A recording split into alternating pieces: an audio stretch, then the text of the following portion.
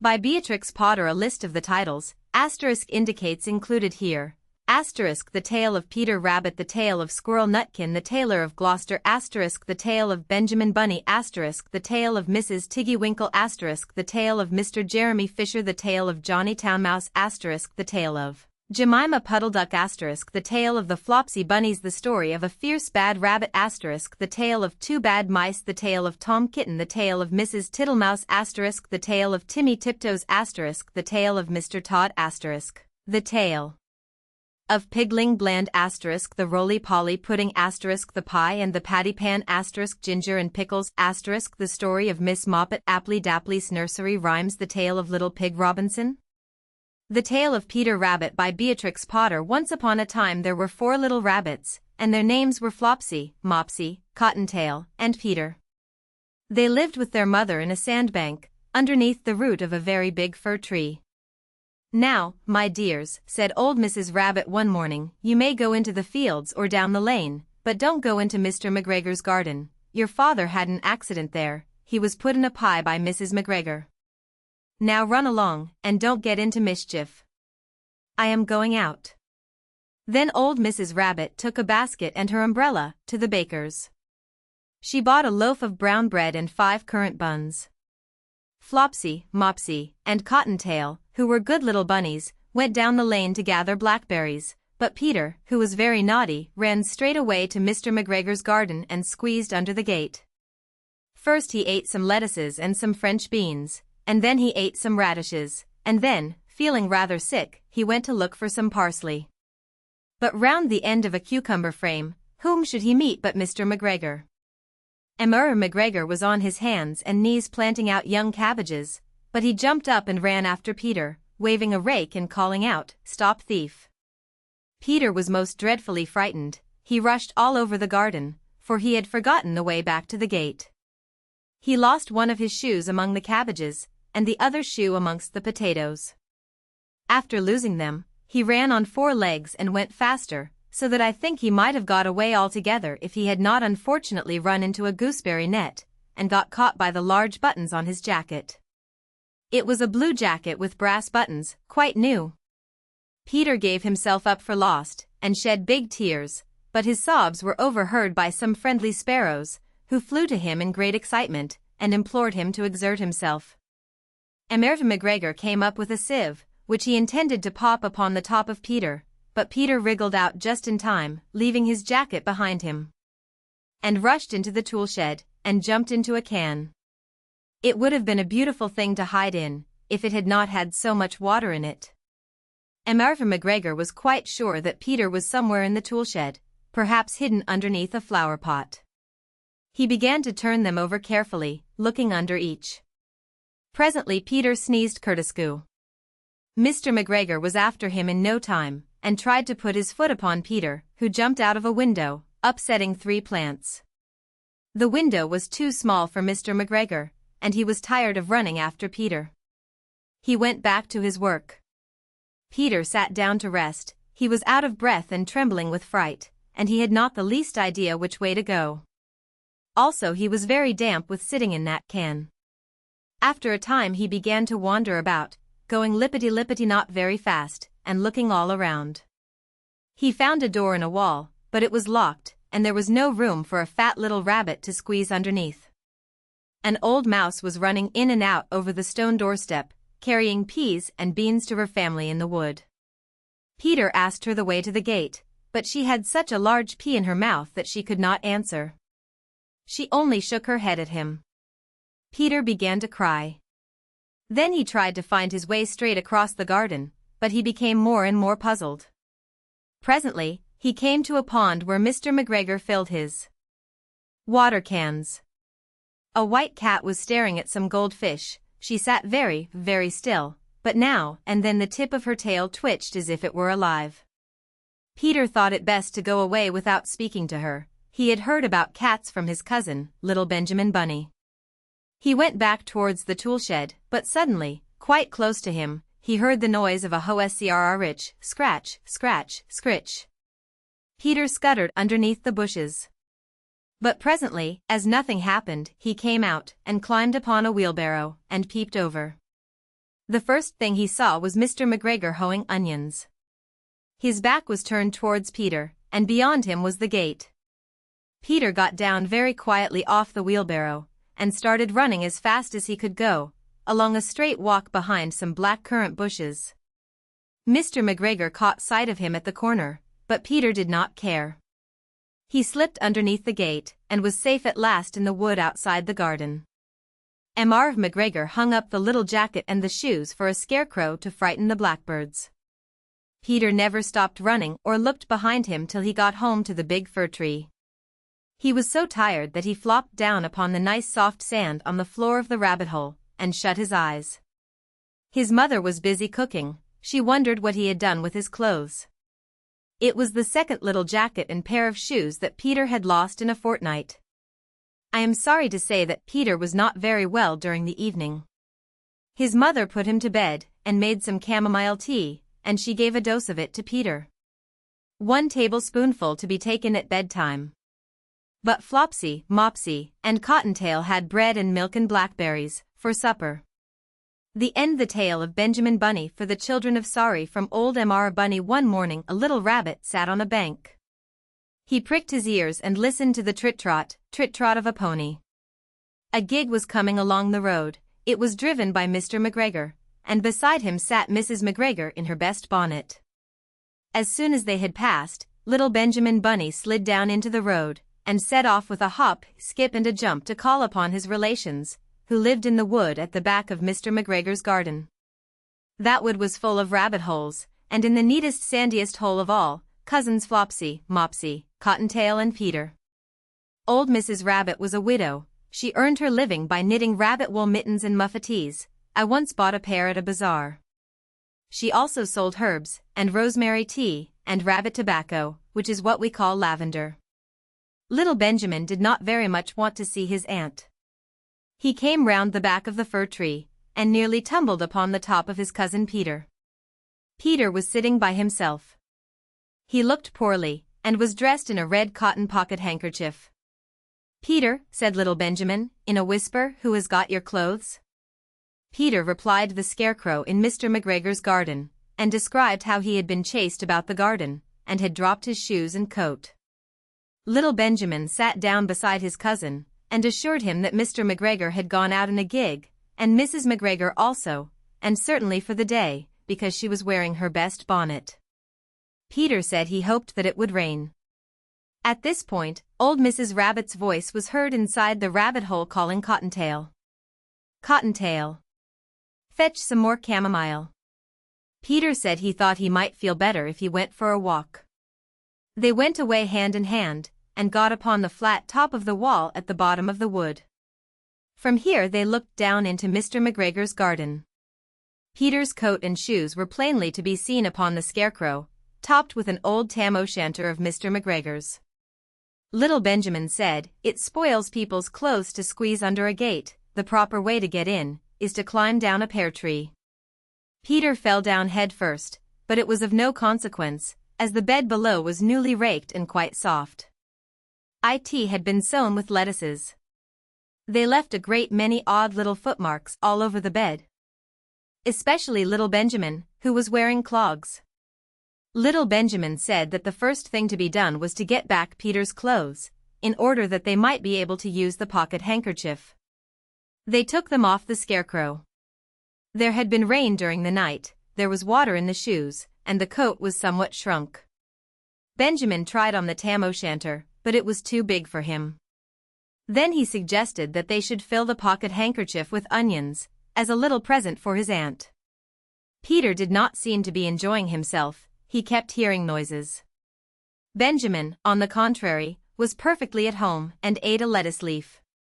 He said that he was in the habit of coming to the garden with his father to get lettuces for their Sunday dinner. The name of little Benjamin's papa was old Mr. Benjamin Bunny. The lettuces certainly were very fine. Peter did not eat anything. He said he should like to go home.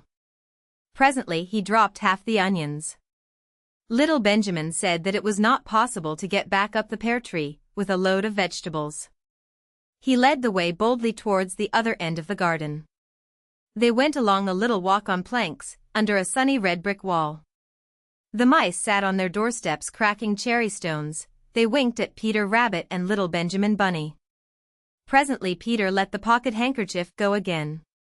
They got amongst flower pots, and frames and tubs. Peter heard noises worse than ever. His eyes were as big as lollipops. He was a step or two in front of his cousin, when he suddenly stopped. This is what those little rabbits saw round that corner. Little Benjamin took one look, and then, in half a minute less than no time, he hid himself and Peter and the onions underneath a large basket. The cat got up and stretched herself, and came and sniffed at the basket. Perhaps she liked the smell of onions. Anyway, she sat down upon the top of the basket.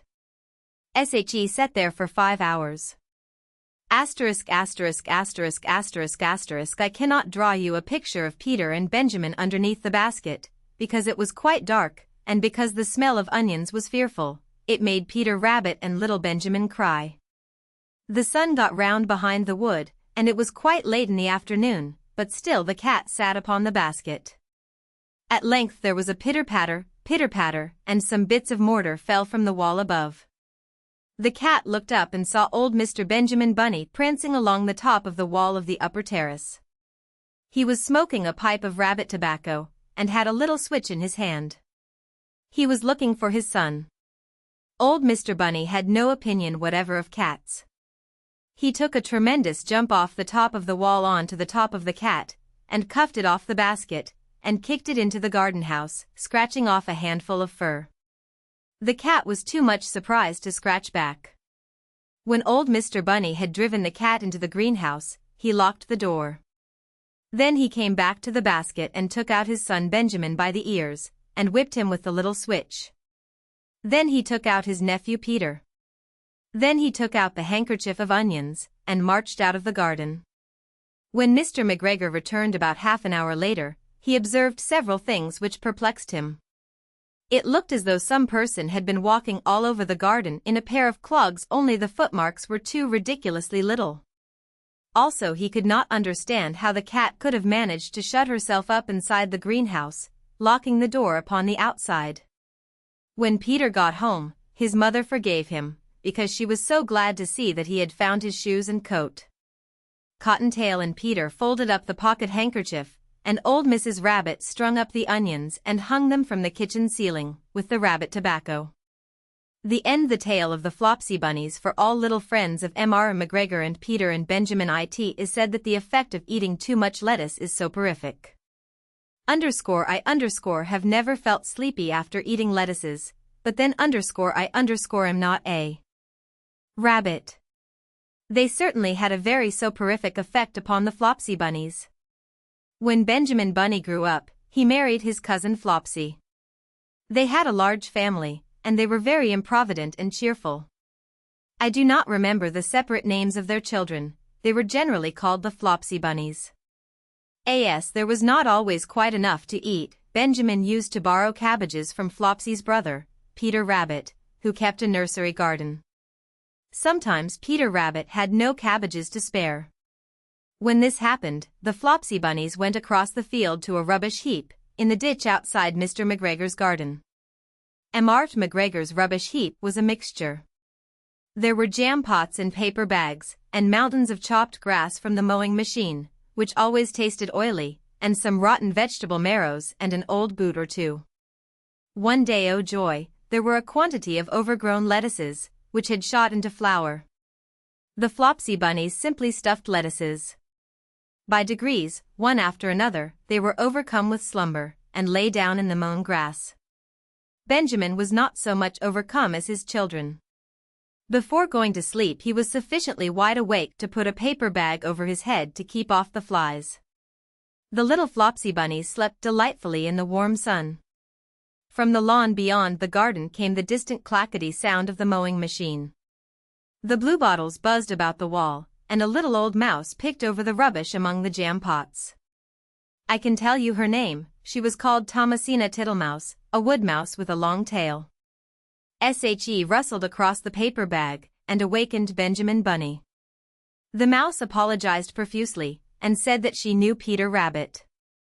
While she and Benjamin were talking, close under the wall, they heard a heavy tread above their heads, and suddenly Mr. McGregor emptied out a sackful of lawn mowings right upon the top of the sleeping Flopsy bunnies. Benjamin shrank down under his paper bag. The mouse hid in a jam pot. The little rabbits smiled sweetly in their sleep under the shower of grass. They did not awake because the lettuces had been so soporific. They dreamt that their mother Flopsy was tucking them up in a haybed. Mr. McGregor looked down after emptying his sack. He saw some funny little brown tips of ears sticking up through the lawn mowings. He stared at them for some time. Presently a fly settled on one of them and it moved. Mr. McGregor climbed down onto the rubbish heap 1, 2, 3, 4, 5, 6 little rabbits, said he as he dropped them into his sack. The Flopsy bunnies dreamt that their mother was turning them over in bed. They stirred a little in their sleep, but still they did not wake up. Mr. McGregor tied up the sack and left it on the wall. He went to put away the mowing machine. While he was gone, Mrs. Flopsy Bunny, who had remained at home, came across the field. She looked suspiciously at the sack and wondered where everybody was. Then the mouse came out of her jam pot, and Benjamin took the paper bag off his head, and they told the doleful tale. Benjamin and Flopsy were in despair, they could not undo the string. But Mrs. Tittlemouse was a resourceful person. She nibbled a hole in the bottom corner of the sack. The little rabbits were pulled out and pinched to wake them. Their parents stuffed the empty sack with 3 rotten vegetable marrows, an old blacking brush and 2 decayed turnips. Then they all hid under a bush and watched for Mr. McGregor. Mr. McGregor came back and picked up the sack, and carried it off. He carried it hanging down, as if it were rather heavy. The Flopsy bunnies followed at a safe distance. They watched him go into his house. And then they crept up to the window to listen. Mr. McGregor threw down the sack on the stone floor in a way that would have been extremely painful to the Flopsy bunnies, if they had happened to have been inside it. They could hear him drag his chair on the flags, and chuckle. 1, 2, 3, 4, 5, 6 little rabbits, said Mr. McGregor. Eh? What's that? What have they been spoiling now? Inquired Mrs. McGregor. 1, 2, 3, 4, 5, 6 little fat rabbits, repeated Mr. McGregor, counting on his fingers. 1, 2, 3. Don't you be silly, what do you mean, you silly old man?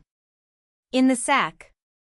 1, 2, 3, 4, 5, 6, replied Mr. McGregor. The youngest Flopsy bunny got upon the windowsill. And Mrs. McGregor took hold of the sack and felt it. She said she could feel 6, but they must be old rabbits, because they were so hard in all different shapes. Not fit to eat, but the skins will do fine to line my old cloak. Line your old cloak, shouted Mr. McGregor. I shall sell them and buy myself bocce. Rabbit tobacco. I shall skin them and cut off their heads. And Mrs. McGregor untied the sack and put her hand inside.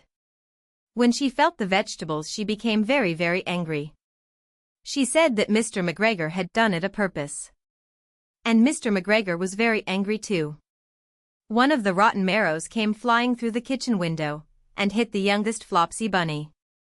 It was rather hurt. Then Benjamin and Flopsy thought that it was time to go home. So Mr. McGregor did not get his tobacco, and Mrs. McGregor did not get her rabbit skins. But next Christmas Thomasina Tittlemouse got a present of enough rabbit wool to make herself a cloak and a hood, and a handsome muff and a pair of warm mittens. The end in remembrance of Sammy, the intelligent pink-eyed representative of a persecuted, but irrepressible, race. An affectionate little friend. And most accomplished thief. The roly-poly pudding. Once upon a time there was an old cat, called Mrs. Tabitha Twitchit, who was an anxious parent. She used to lose her kittens continually, and whenever they were lost they were always in mischief. On baking day she determined to shut them up in a cupboard. She caught Moppet and Mittens, but she could not find Tom. Mrs. Tabitha went up and down all over the house, mewing for Tom Kitten. She looked in the pantry under the staircase, and she searched the best spare bedroom that was all covered up with dust sheets. She went right upstairs and looked into the attics, but she could not find him anywhere. It was an old house, full of cupboards and passages. Some of the walls were 4 feet thick, and there used to be queer noises inside them, as if there might be a little secret staircase. Certainly there were odd little jagged doorways in the wainscot, and things disappeared at night, especially cheese and bacon. Mrs. Tabitha became more and more distracted, and mewed dreadfully. While their mother was searching the house, Moppet and Mittens had got into mischief. The cupboard door was not locked, so they pushed it open and came out. They went straight to the dough, which was set to rise in a pan before the fire. They patted it with their little soft paws. "Shall we make dear little muffins?" said Mittens to Moppet.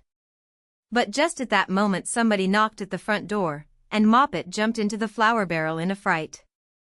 Mittens ran away to the dairy, and hid in an empty jar on the stone shelf where the milk pans stand. The visitor was a neighbor, Mrs. Ribby. She had called to borrow some yeast.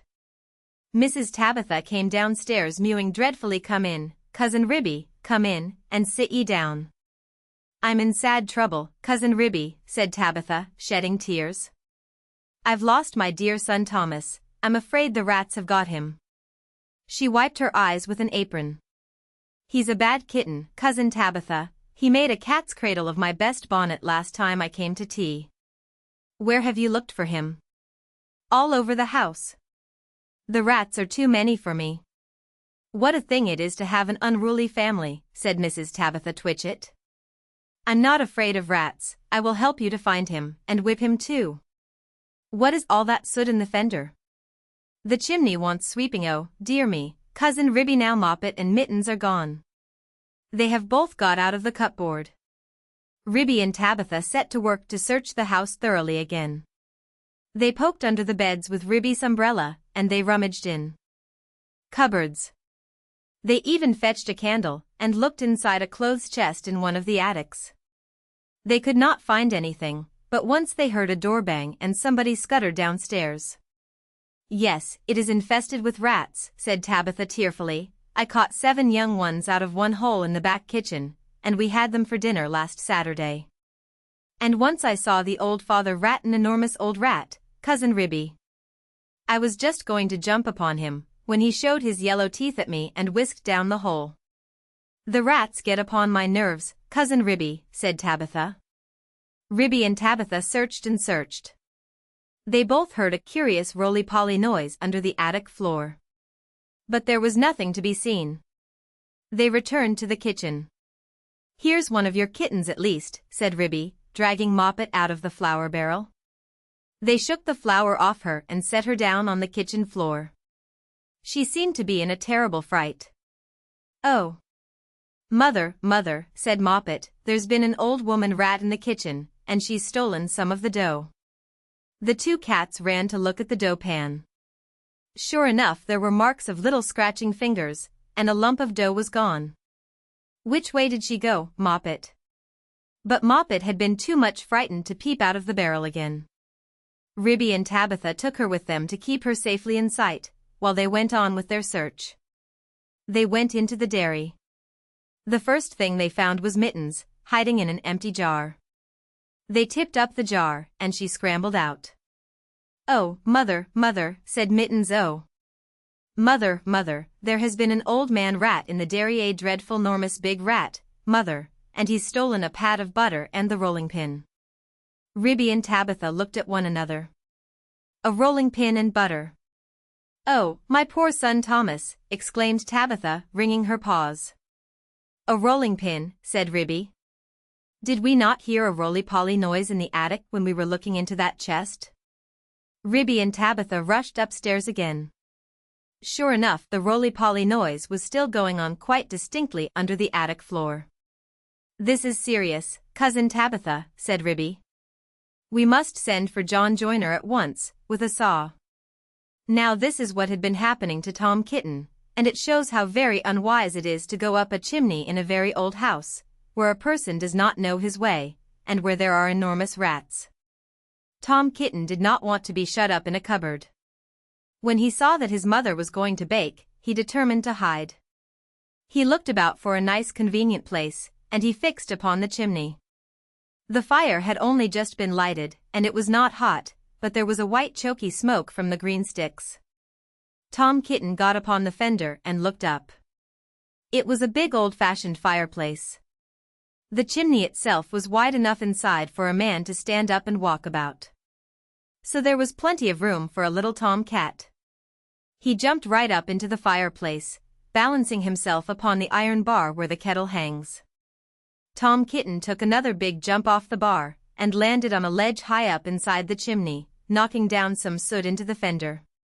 Tom Kitten coughed and choked with the smoke. He could hear the sticks beginning to crackle and burn in the fireplace down below. He made up his mind to climb right to the top, and get out on the slates, and try to catch sparrows. I cannot go back. If I slipped I might fall in the fire and singe my beautiful tail and my little blue jacket. The chimney was a very big old-fashioned one. It was built in the days when people burnt logs of wood upon the hearth. The chimney stack stood up above the roof like a little stone tower, and the daylight shone down from the top, under the slanting slates that kept out the rain. Tom Kitten was getting very frightened. He climbed up and up and up. Then he waded sideways through inches of soot. He was like a little sweep himself. It was most confusing in the dark. One flue seemed to lead into another. There was less smoke, but Tom Kitten felt quite lost. He scrambled up and up, but before he reached the chimney top he came to a place where somebody had loosened a stone in the wall. There were some mutton bones lying about. This seems funny, said Tom Kitten. Who has been gnawing bones up here in the chimney? I wish I had never come. And what a funny smell. It is something like mouse, only dreadfully strong. It makes me sneeze, said Tom Kitten. He squeezed through the hole in the wall, and dragged himself along a most uncomfortably tight passage where there was scarcely any light. He groped his way carefully for several yards. He was at the back of the skirting board in the attic, where there is a little mark asterisk in the picture. All at once he fell head over heels in the dark, down a hole, and landed on a heap of very dirty rags. When Tom Kitten picked himself up and looked about him he found himself in a place that he had never seen before, although he had lived all his life in the house. It was a very small stuffy fusty room, with boards, and rafters, and cobwebs, and lath and plaster. Opposite to him as far away as he could sit was an enormous rat. What do you mean by tumbling into my bed all covered with smuts, said the rat, chattering his teeth. Please sir, the chimney wants sweeping, said poor Tom Kitten. Anna Maria. Anna Maria, squeaked the rat. There was a pattering noise and an old woman rat poked her head round a rafter. All in a minute she rushed upon Tom Kitten, and before he knew what was happening his coat was pulled off, and he was rolled up in a bundle, and tied with string in very hard knots. Anna Maria did the tying. The old rat watched her and took snuff. When she had finished, they both sat staring at him with their mouths open. Anna Maria, said the old man rat, whose name was Samuel Whiskers, Anna Maria, make me a kitten dumpling roly-poly pudding for my dinner. It requires dough and a pat of butter, and a rolling pin, said Anna Maria, considering Tom Kitten with her head on one side. No, said Samuel Whiskers, make it properly, Anna Maria, with breadcrumbs. Nonsense. Butter and dough, replied Anna Maria. The two rats consulted together for a few minutes and then went away. Samuel Whiskers got through a hole in the wainscot, and went boldly down the front staircase to the dairy to get the butter. He did not meet anybody. He made a second journey for the rolling pin. He pushed it in front of him with his paws, like a brewer's man trundling a barrel.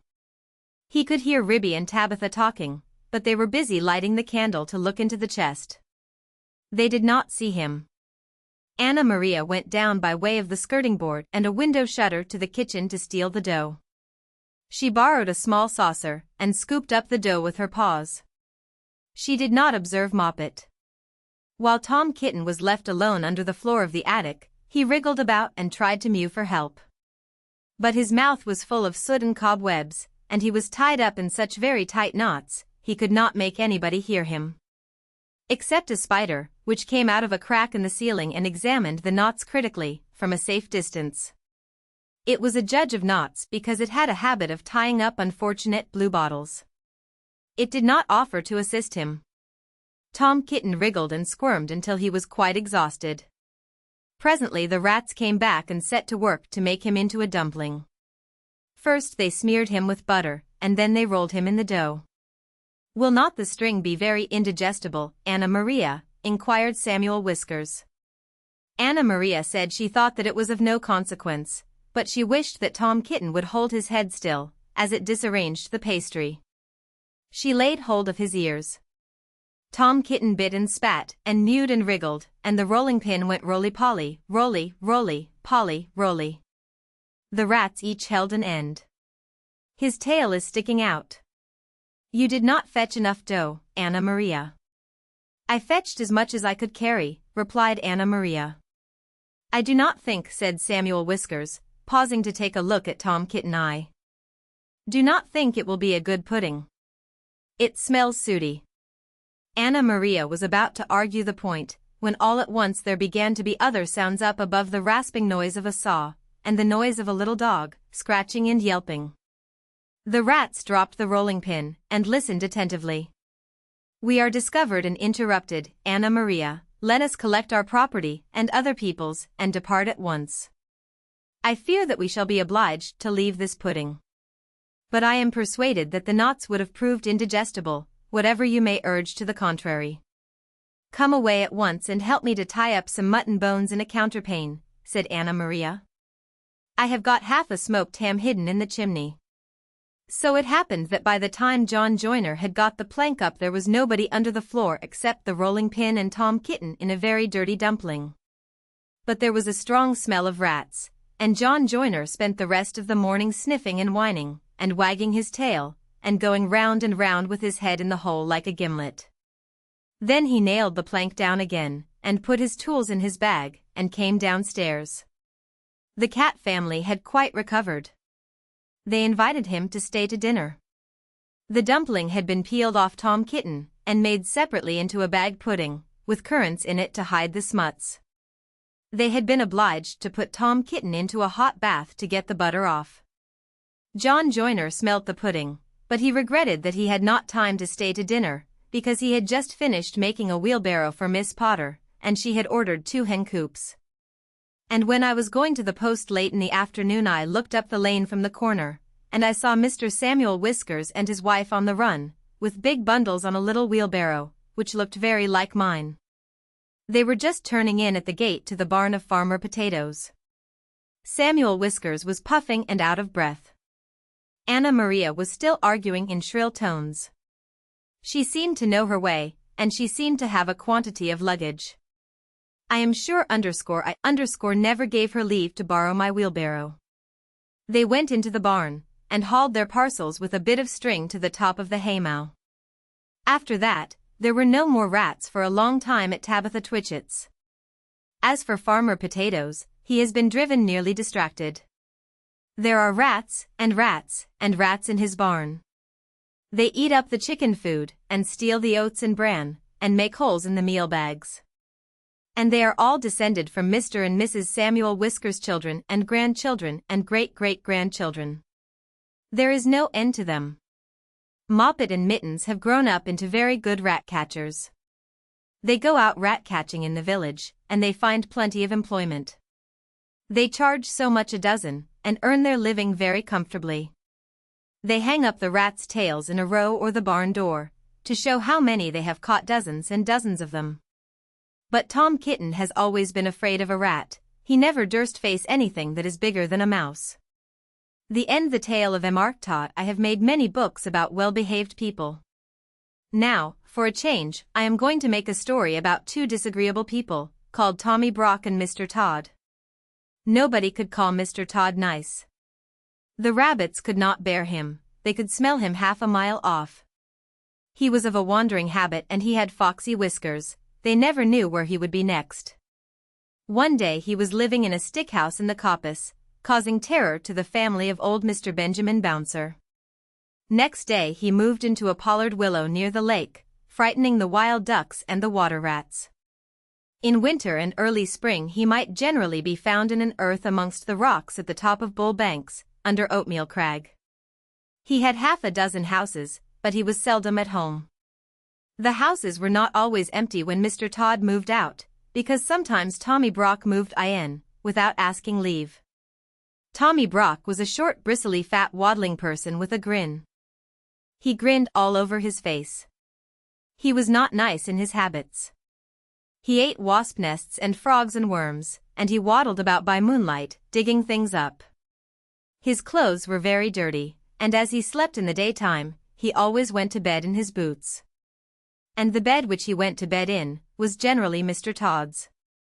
Now Tommy Brock did occasionally eat rabbit pie, but it was only very little young ones occasionally, when other food was really scarce. He was friendly with old Mr. Bouncer. They agreed in disliking the wicked otters and Mr. Todd. They often talked over that painful subject. Old Mr. Bouncer was stricken in years. He sat in the spring sunshine outside the burrow, in a muffler, smoking a pipe of rabbit tobacco. He lived with his son Benjamin Bunny and his daughter-in-law Flopsy, who had a young family. Old Mr. Bouncer was in charge of the family that afternoon, because Benjamin and Flopsy had gone out. The little rabbit babies were just old enough to open their blue eyes and kick. They lay in a fluffy bed of rabbit wool and hay, in a shallow burrow, separate from the main rabbit hole. To tell the truth, old Mr. Bouncer had forgotten them.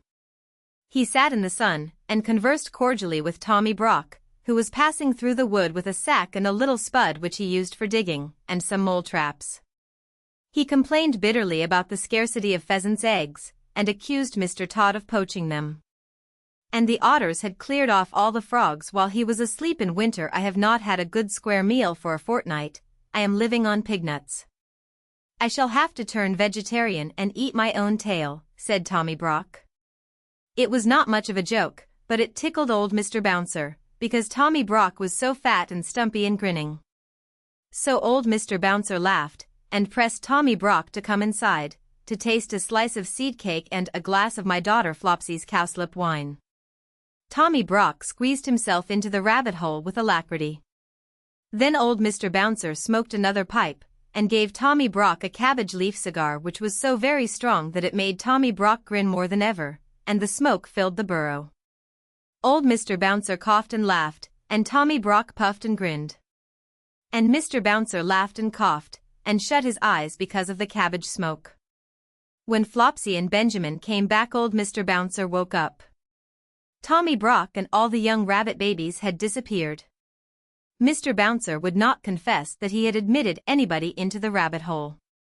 But the smell of badger was undeniable, and there were round heavy footmarks in the sand.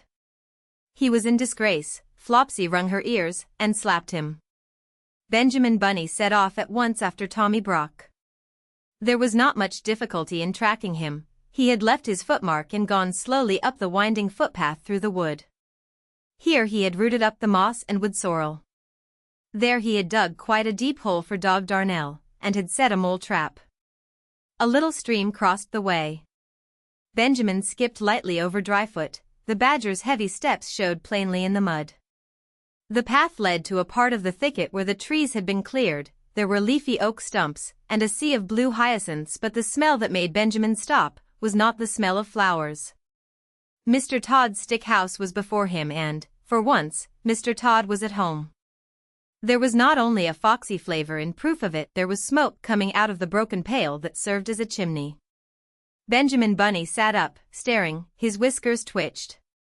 Inside the stick house somebody dropped a plate and said something. Benjamin stamped his foot and bolted.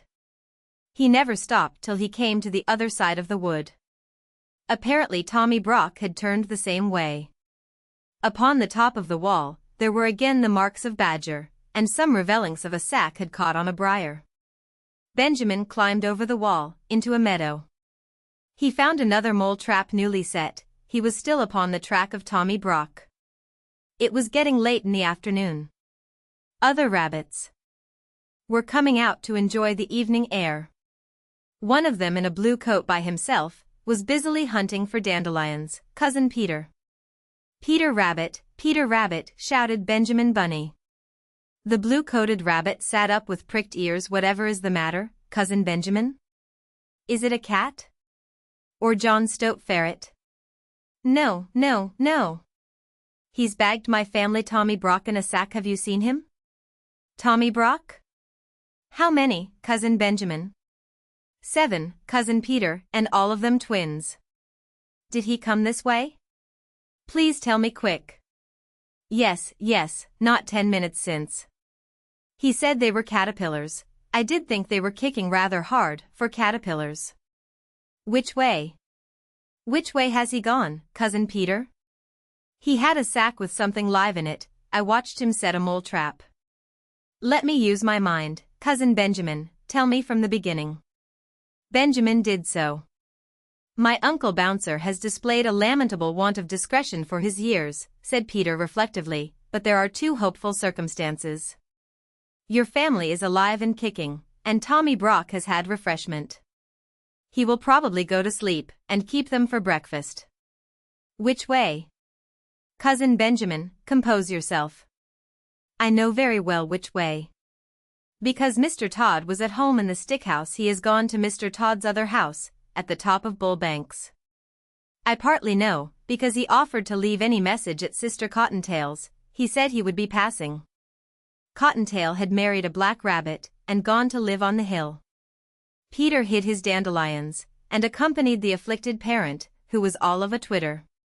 They crossed several fields and began to climb the hill. The tracks of Tommy Brock were plainly to be seen. He seemed to have put down the sack every dozen yards, to rest. He must be very puffed. We are close behind him, by the scent. What a nasty person, said Peter. The sunshine was still warm and slanting on the hill pastures. Halfway up, Cottontail was sitting in her doorway, with 4 or 5 half-grown little rabbits playing about her, one black and the others brown. Cottontail had seen Tommy Brock passing in the distance. Asked whether her husband was at home, she replied that Tommy Brock had rested twice while she watched him.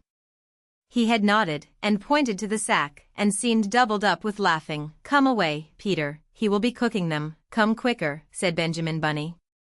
They climbed up and up. He was at home. I saw his black ears peeping out of the hole. They lived too near the rocks to quarrel with their neighbors. Come on, Cousin Benjamin. When they came near the wood at the top of Bull Banks, they went cautiously. The trees grew amongst heaped-up rocks, and there, beneath a crag, Mr. Todd had made one of his homes. It was at the top of a steep bank. The rocks and bushes overhung it. The rabbits crept up carefully, listening and peeping. This house was something between a cave, a prison, and a tumble-down pigsty. There was a strong door, which was shut and locked. The setting sun made the window panes glow like red flame, but the kitchen fire was not alight. It was neatly laid with dry sticks, as the rabbits could see when they peeped through the window. Benjamin sighed with relief. But there were preparations upon the kitchen table which made him shudder. There was an immense empty pie dish of blue willow pattern, and a large carving knife and fork, and a chopper. At the other end of the table was a partly unfolded tablecloth, a plate, a tumbler, a knife and fork, salt cellar, mustard, and a chair. In short, preparations for one person's supper. No person was to be seen, and no young rabbits. The kitchen was empty and silent. The clock had run down. Peter and Benjamin flattened their noses against the window, and stared into the dusk. Then they scrambled round the rocks to the other side of the house. It was damp and smelly, and overgrown with thorns and briars. The rabbits shivered in their shoes. Oh, my poor rabbit babies! What a dreadful place! I shall never see them again, sighed Benjamin. They crept up to the bedroom window. It was closed and bolted like the kitchen. But there were signs that this window had been recently open. The cobwebs were disturbed, and there were fresh dirty footmarks upon the windowsill. The room inside was so dark that at first they could make out nothing, but they could hear a noise, a slow, deep, regular snoring grunt. And as their eyes became accustomed to the darkness, they perceived that somebody was asleep on Mr. Todd's bed, curled up under the blanket. He has gone to bed in his boots, whispered Peter. Benjamin, who was all of a twitter, pulled Peter off the windowsill.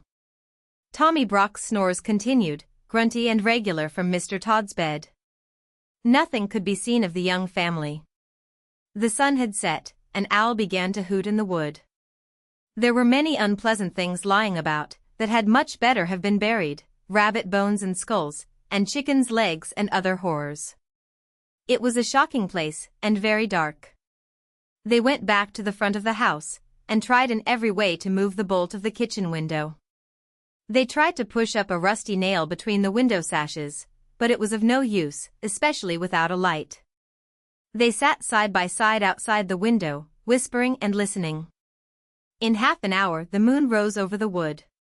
It shone full and clear and cold, upon the house amongst the rocks, and in at the kitchen window. But alas, no little rabbit babies were to be seen.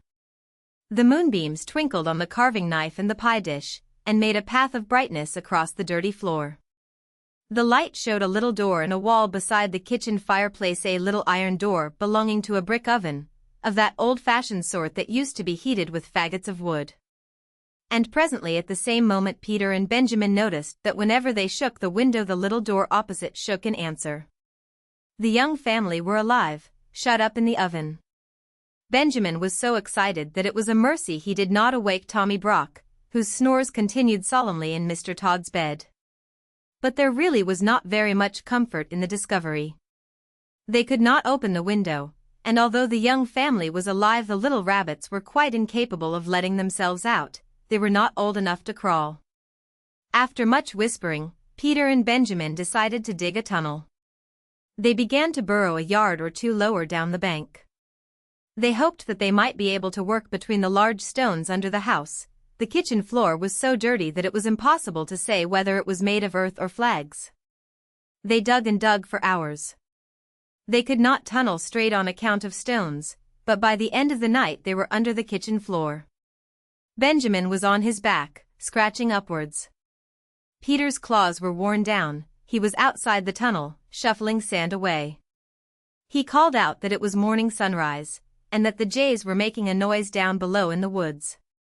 Benjamin Bunny came out of the dark tunnel, shaking the sand from his ears. He cleaned his face with his paws. Every minute the sun shone warmer on the top of the hill. In the valley there was a sea of white mist, with golden tops of trees showing through. Again from the fields down below in the mist there came the angry cry of a jay followed by the sharp yelping bark of a fox. Then those two rabbits lost their heads completely. They did the most foolish thing that they could have done. They rushed into their short new tunnel, and hid themselves at the top end of it, under Mr. Todd's kitchen floor. Mr. Todd was coming up Bullbanks, and he was in the very worst of tempers. First he had been upset by breaking the plate. It was his own fault, but it was a china plate, the last of the dinner service that had belonged to his grandmother, old Vixen Todd. Then the midges had been very bad. And he had failed to catch a hen pheasant on her nest, and it had contained only 5 eggs, 2 of them addled. Mr. Todd had had an unsatisfactory night. As usual, when out of humor, he determined to move house. First he tried the pollard willow, but it was damp, and the otters had left a dead fish near it. Mr. Todd likes nobody's leavings but his own. He made his way up the hill. His temper was not improved by noticing unmistakable marks of badger. No one else grubs up the moss so wantonly as Tommy Brock. Mr. Todd slapped his stick upon the earth and fumed. He guessed where Tommy Brock had gone to. He was further annoyed by the jay bird which followed him persistently. It flew from tree to tree and scolded, warning every rabbit within hearing that either a cat or a fox was coming up the plantation. Once when it flew screaming over his head Mr. Todd snapped at it and barked. He approached his house very carefully, with a large rusty key. He sniffed and his whiskers bristled. The house was locked up, but Mr. Todd had his doubts whether it was empty. He turned the rusty key in the lock. The rabbits below could hear it. Mr. Todd opened the door cautiously and went in. The sight that met Mr. Todd's eyes in Mr. Todd's kitchen made Mr. Todd furious. There was Mr. Todd's chair, and Mr. Todd's pie dish, and his knife and fork and mustard and salt cellar and his tablecloth that he had left folded up in the dresser all set out for supper, or breakfast, without doubt for that odious Tommy Brock. There was a smell of fresh earth and dirty badger, which fortunately overpowered all smell of rabbit. But what absorbed Mr. Todd's attention was a noise, a deep, slow, regular snoring, grunting noise, coming from his own bed. He peeped through the hinges of the half-open bedroom door. Then he turned and came out of the house in a hurry. His whiskers bristled and his coat collar stood on end with rage. For the next 20 minutes Mr. Todd kept creeping cautiously into the house, and retreating hurriedly out again. By degrees he ventured further in, right into the bedroom. When he was outside the house, he scratched up the earth with fury. But when he was inside he did not like the look of Tommy Brock's teeth. He was lying on his back with his mouth open, grinning from ear to ear. He snored peacefully and regularly, but one eye was not perfectly shut. Mr. Todd came in and out of the bedroom. Twice he brought in his walking stick, and once he brought in the coal scuttle. But he thought better of it, and took them away. When he came back after removing the coal scuttle, Tommy Brock was lying a little more sideways, but he seemed even sounder asleep. He was an incurably indolent person. He was not in the least afraid of Mr. Todd, he was simply too lazy and comfortable to move. Mr. Todd came back yet again into the bedroom with a clothesline. He stood a minute watching Tommy Brock and listening attentively to the snores. They were very loud indeed, but seemed quite natural. Mr. Todd turned his back towards the bed, and undid the window. It creaked, he turned round with a jump. Tommy Brock, who had opened one eye, shut it hastily. The snores continued. Mr. Todd's proceedings were peculiar, and rather uneasy, because the bed was between the window and the door of the bedroom. He opened the window a little way, and pushed out the greater part of the clothesline onto the window sill. The rest of the line, with a hook at the end, remained in his hand. Tommy Brock snored conscientiously. Mr. Todd stood and looked at him for a minute, then he left the room again. Tommy Brock opened both eyes, and looked at the rope and grinned. There was a noise outside the window. Tommy Brock shut his eyes in a hurry. Mr. Todd had gone out at the front door, and round to the back of the house. On the way, he stumbled over the rabbit burrow. If he had had any idea who was inside it, he would have pulled them out quickly. His foot went through the tunnel nearly upon the top of Peter Rabbit and Benjamin, but fortunately he thought that it was some more of Tommy Brock's work. He took up the coil of line from the sill, listened for a moment, and then tied the rope to a tree. Tommy Brock watched him with one eye, through the window. He was puzzled. Mr. Todd fetched a large heavy pailful of water from the spring, and staggered with it through the kitchen into his bedroom. Tommy Brock snored industriously, with rather a snort. Mr. Todd put down the pail beside the bed, took up the end of rope with the hook, hesitated, and looked at Tommy Brock. The snores were almost apoplectic, but the grin was not quite so big. Mr. Todd gingerly mounted a chair by the head of the bedstead. His legs were dangerously near to Tommy Brock's teeth. He reached up and put the end of rope, with the hook, over the head of the tester bed, where the curtains ought to hang. Mr. Todd's curtains were folded up and put away, owing to the house being unoccupied. So was the counterpane. Tommy Brock was covered with a blanket only. Mr. Todd, standing on the unsteady chair, looked down upon him attentively. He really was a first-prize sound sleeper. It seemed as though nothing would waken him, not even the flapping rope across the bed. Mr. Todd descended safely from the chair, and endeavored to get up again with the pail of water. He intended to hang it from the hook, dangling over the head of Tommy Brock, in order to make a sort of shower bath, worked by a string, through the window. But naturally, being a thin-legged person, though vindictive and sandy-whiskered, he was quite unable to lift the heavy weight to the level of the hook and rope. He very nearly overbalanced himself. The snores became more and more apoplectic. One of Tommy Brock's hind legs twitched under the blanket, but still he slept on peacefully. Mr. Todd and the pail descended from the chair without accident. After considerable thought, he emptied the water into a wash basin and jug. The empty pail was not too heavy for him. He slung it up wobbling over the head of Tommy Brock. Surely there never was such a sleeper. Mr. Todd got up and down, down and up on the chair.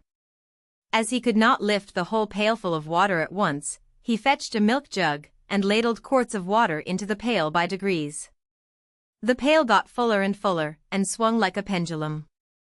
Occasionally a drop splashed over, but still Tommy Brock snored regularly and never moved, except one eye. At last Mr. Todd's preparations were complete. The pail was full of water, the rope was tightly strained over the top of the bed and across the window sill to the tree outside.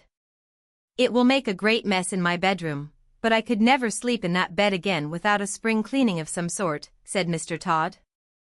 Mr. Todd took a last look at the badger and softly left the room. He went out of the house, shutting the front door. The rabbits heard his footsteps over the tunnel. He ran round behind the house, intending to undo the rope in order to let fall the pailful of water upon Tommy Brock. "I will wake him up with an unpleasant surprise," said Mr. Todd.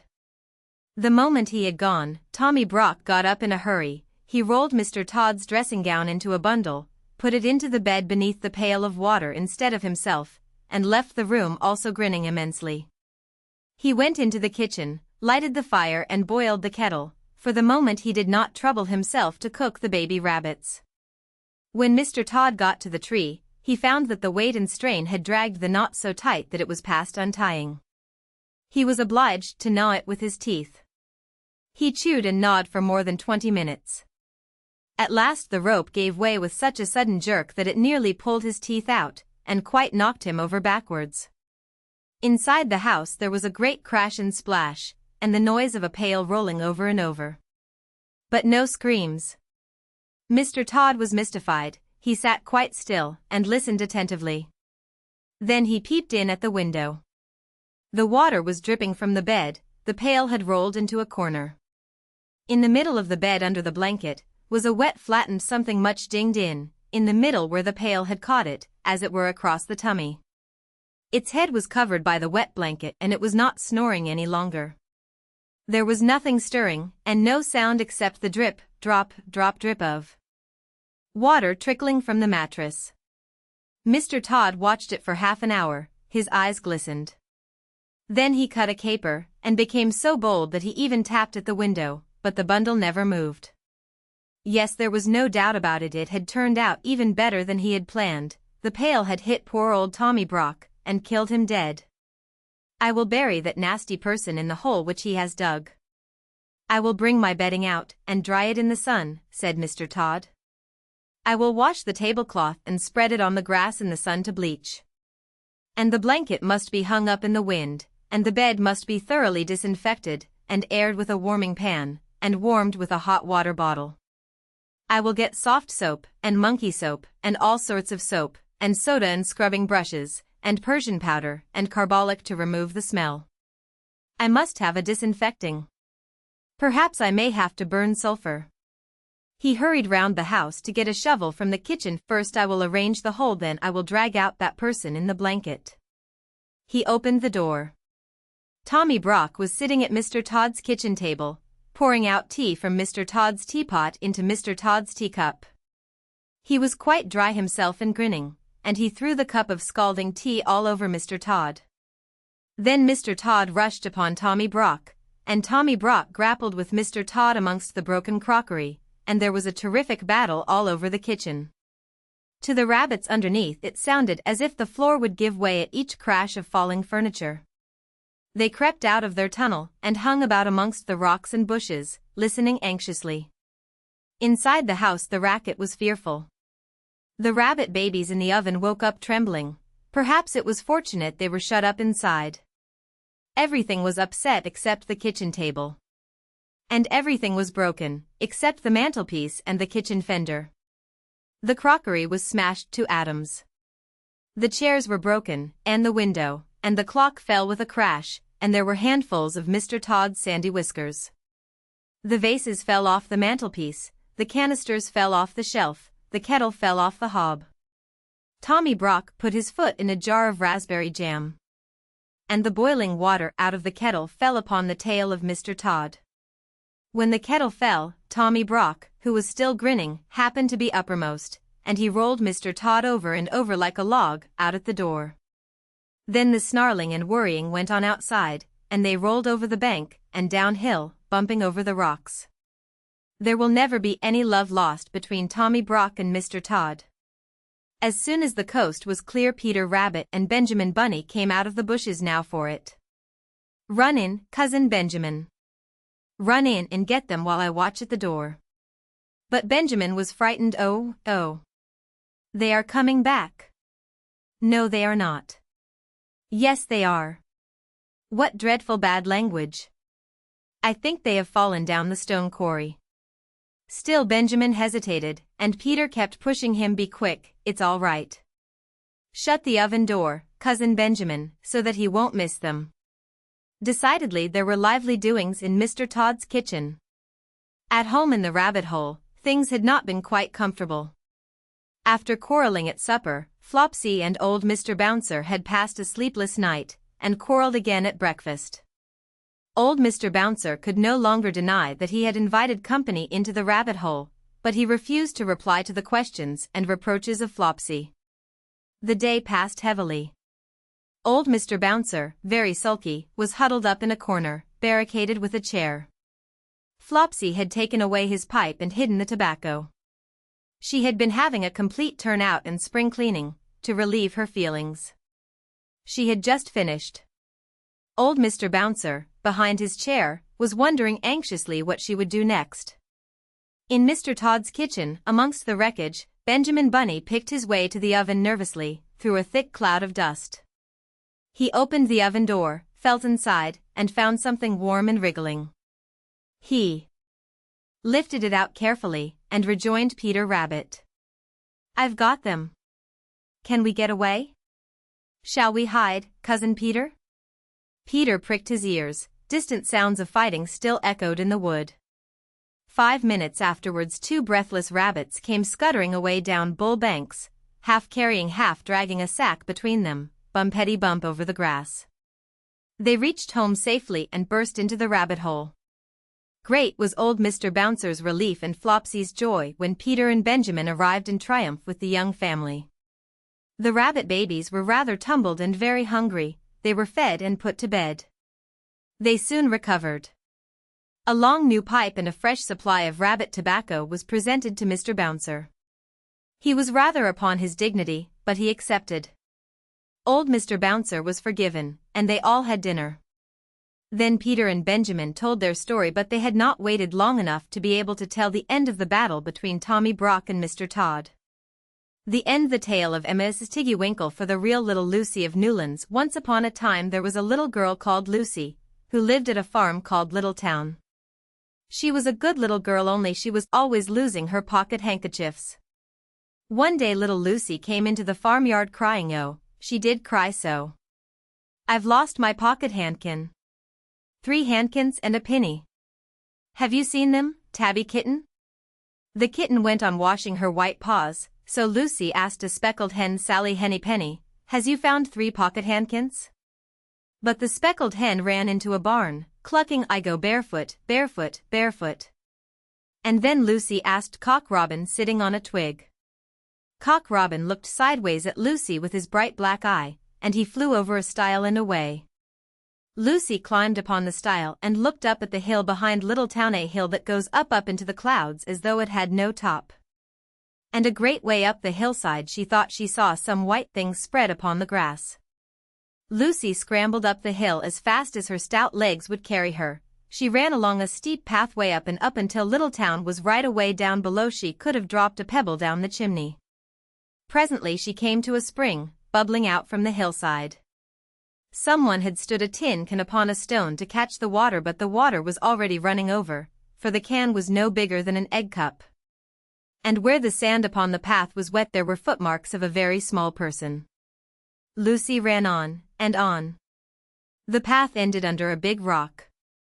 The grass was short and green, and there were clothes props cut from bracken stems, with lines of plaited rushes, and a heap of tiny clothes pins, but no pocket handkerchiefs. But there was something else, a door. Straight into the hill, and inside it someone was singing, "Lily white and clean, oh, with little frills between, oh, smooth and hot red rusty spot never here be seen, oh, Lucy knocked once twice and interrupted the song. A little frightened voice called out, "Who's that?"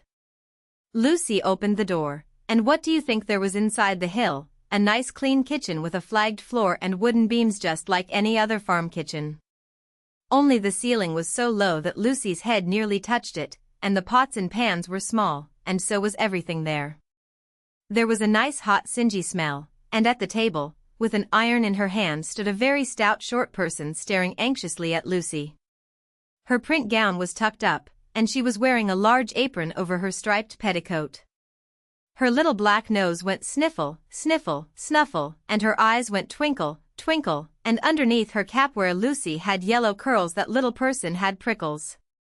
"Who are you?" said Lucy. "Have you seen my pocket handkins?" The little person made a bob curtsy. "Oh, yes, if you please, my name is Mrs. Tiggywinkle. Oh, yes, if you please, I'm an excellent clear starcher." And she took something out of a clothes basket and spread it on the ironing blanket. "What's that thing?" said Lucy. "That's not my pocket handkin." "Oh no, if you please, that's a little scarlet waistcoat belonging to Cock Robin." And she ironed it and folded it and put it on one side. "Then she took something else off a clothes horse. "That isn't my pinny," said Lucy. "Oh no, if you please, that's a damask tablecloth belonging to Jenny Wren. Look how it's stained with currant wine." "It's very bad to wash," said Mrs. Tiggywinkle. Mrs. Tiggywinkle's nose went sniffle, sniffle, snuffle, and her eyes went twinkle, twinkle, and she fetched another hot iron from the fire. "There's one of my pocket handkins," cried Lucy, "and there's my pinny." Mrs. Tiggywinkle ironed it, and goffered it, and shook out the frills. "Oh, that is lovely," said Lucy. "And what are those long yellow things with fingers like gloves?" "Oh, that's a pair of stockings belonging to Sally Henny Penny. Look how she's worn the heels out with scratching in the yard." "She'll very soon go barefoot," said Mrs. Tiggywinkle. "Why, there's another handkersniff, but it isn't mine, it's red." "Oh no, if you please, that one belongs to old Mrs. Rabbit, and it did so smell of onions. I've had to wash it separately, I can't get out the smell." "There's another one of mine," said Lucy. "What are those funny little white things?" "That's a pair of mittens belonging to Tabby Kitten. I only have to iron them, she washes them herself." "There's my last pocket handkin," said Lucy. "And what are you dipping into the basin of starch?" "They're little dicky shirt fronts belonging to Tom Titmouse Most Terrible Particular," said Mrs. Tiggywinkle. "Now I've finished my ironing, I'm going to air some clothes." "What are these dear soft fluffy things?" said Lucy. "Oh, those are woolly coats belonging to the little lambs at Skelgill." "Will their jackets take off?" asked Lucy. "Oh yes, if you please, look at the sheep mark on the shoulder. And here's one marked for Gatesgarth, and 3 that come from Littletown." "They're always marked at washing," said Mrs. Tiggywinkle. And she hung up all sorts and sizes of clothes, small brown coats of mice, and one velvety black moleskin waistcoat, and a red tailcoat with no tail belonging to Squirrel Nutkin, and a very much shrunk blue jacket belonging to Peter Rabbit, and a petticoat, not marked, that had gone lost in the washing, and at last the basket was empty. Then Mrs. Tiggywinkle made tea, a cup for herself and a cup for Lucy. They sat before the fire on a bench and looked sideways at one another. Mrs. Tiggywinkle's hand, holding the teacup, was very, very brown, and very, very wrinkly with the soapsuds, and all through her gown and her cap, there were hairpins sticking wrong end out, so that Lucy didn't like to sit too near her. When they had finished tea, they tied up the clothes in bundles, and Lucy's pocket handkerchiefs were folded up inside her clean pinny, and fastened with a silver safety pin. And then they made up the fire with turf, and came out and locked the door, and hid the key under the doorsill. Then away down the hill trotted Lucy and Mrs. Tiggywinkle with the bundles of clothes. All the way down the path little animals came out of the fern to meet them. The very first that they met were Peter Rabbit and Benjamin Bunny. And she gave them their nice clean clothes, and all the little animals and birds were so very much obliged to dear Mrs. Tiggywinkle. So that at the bottom of the hill, when they came to the stile, there was nothing left to carry except Lucy's one little bundle. Lucy scrambled up the stile with the bundle in her hand, and then she turned to say good night, and to thank the washerwoman, but what a very odd thing. Mrs. Tiggywinkle had not waited either for thanks or for the washing bill. She was running up the hill, and where was her white frilled cap? And her shawl? And her gown and her petticoat? And how small she had grown, and how brown and covered with prickles. Why, Mrs. Tiggywinkle was nothing but a hedgehog. Asterisk asterisk asterisk asterisk. Now some people say that little Lucy had been asleep upon the stile, but then how could she have found 3 clean pocket handkins and a penny, pinned with a silver safety pin? And besides I have seen that door into the back of the hill called Cat Bells, and besides I am very well acquainted with dear Mrs. Tiggywinkle. The tale of Ginger and Pickles. Once upon a time there was a village shop. The name over the window was Ginger and Pickles. It was a little small shop, just the right size for dolls. Lucinda and Jane Doll Cook always bought their groceries at Ginger and Pickles. The counter inside was a convenient height for rabbits. Ginger and Pickles sold red spotty pocket handkerchiefs at a penny 3 farthings. They also sold sugar, and snuff, and galoshes. In fact, although it was such a small shop, it sold nearly everything except a few things that you want in a hurry, like bootlaces, hairpins, and mutton chops. Ginger and Pickles were the people who kept the shop. Ginger was a yellow tomcat, and Pickles was a terrier. The rabbits were always a little bit afraid of Pickles. The shop was also patronized by mice, only the mice were rather afraid of Ginger. Ginger usually requested Pickles to serve them, because he said it made his mouth water. "I cannot bear," said he, "to see them going out at the door carrying their little parcels." "I have the same feeling about rats," replied Pickles, "but it would never do to eat our own customers. They would leave us and go to Tabitha Twitchit's." "On the contrary, they would go nowhere," replied Ginger gloomily. Tabitha Twitchit kept the only other shop in the village. She did not give credit. Ginger and Pickles gave unlimited credit.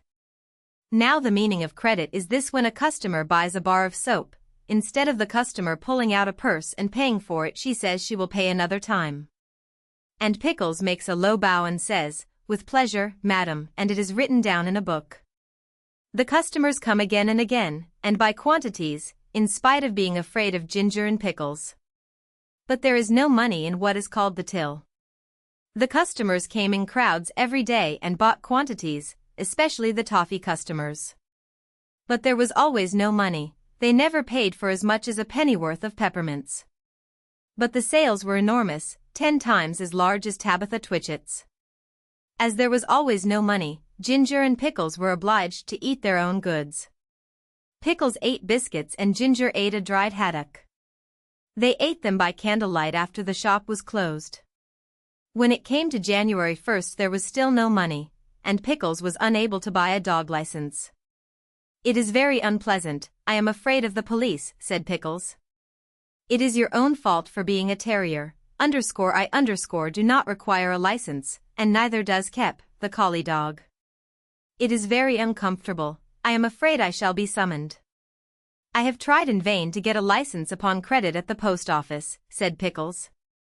"The place is full of policemen. I met one as I was coming home.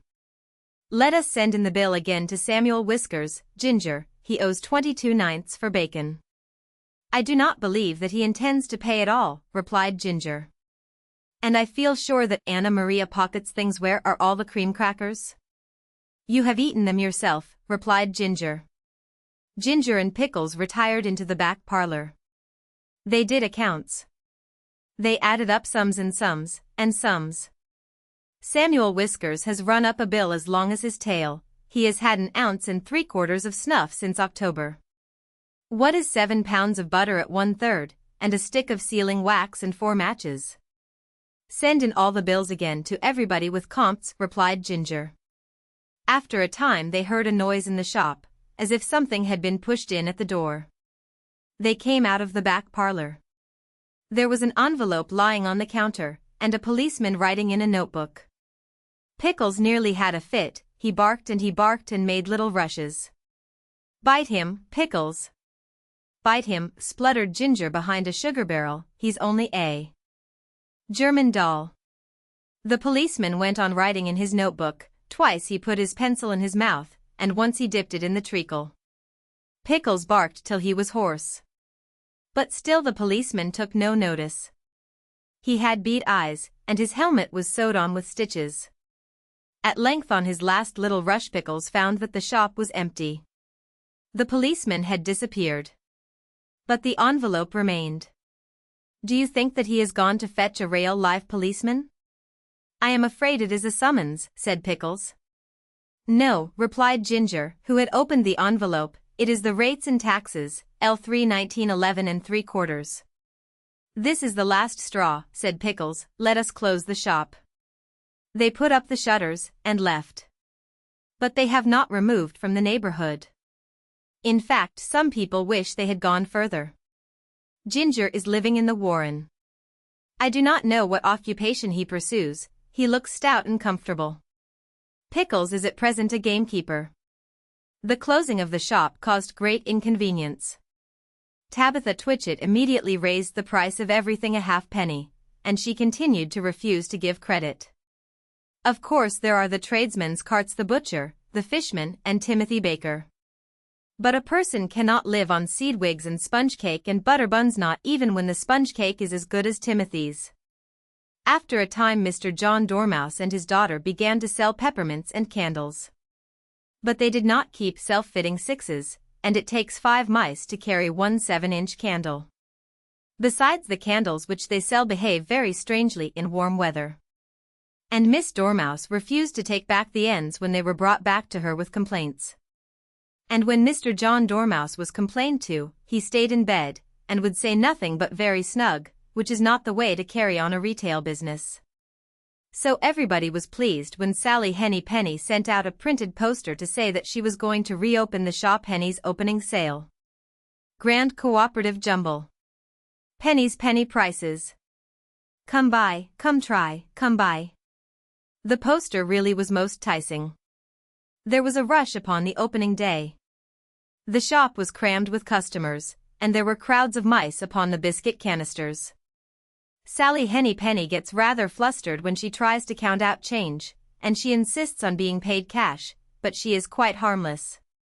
And she has laid in a remarkable assortment of bargains. There is something to please everybody. The end. The story of Miss Moppet. This is a pussy called Miss Moppet. She thinks she has heard a mouse. This is the mouse peeping out behind the cupboard, and making fun of Miss Moppet. He is not afraid of a kitten. This is Miss Moppet jumping just too late, she misses the mouse and hits her own head. She thinks it is a very hard cupboard. The mouse watches Miss Moppet from the top of the cupboard. Miss Moppet ties up her head in a duster, and sits before the fire.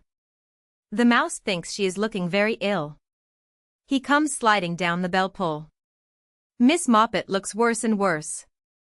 The mouse comes a little nearer.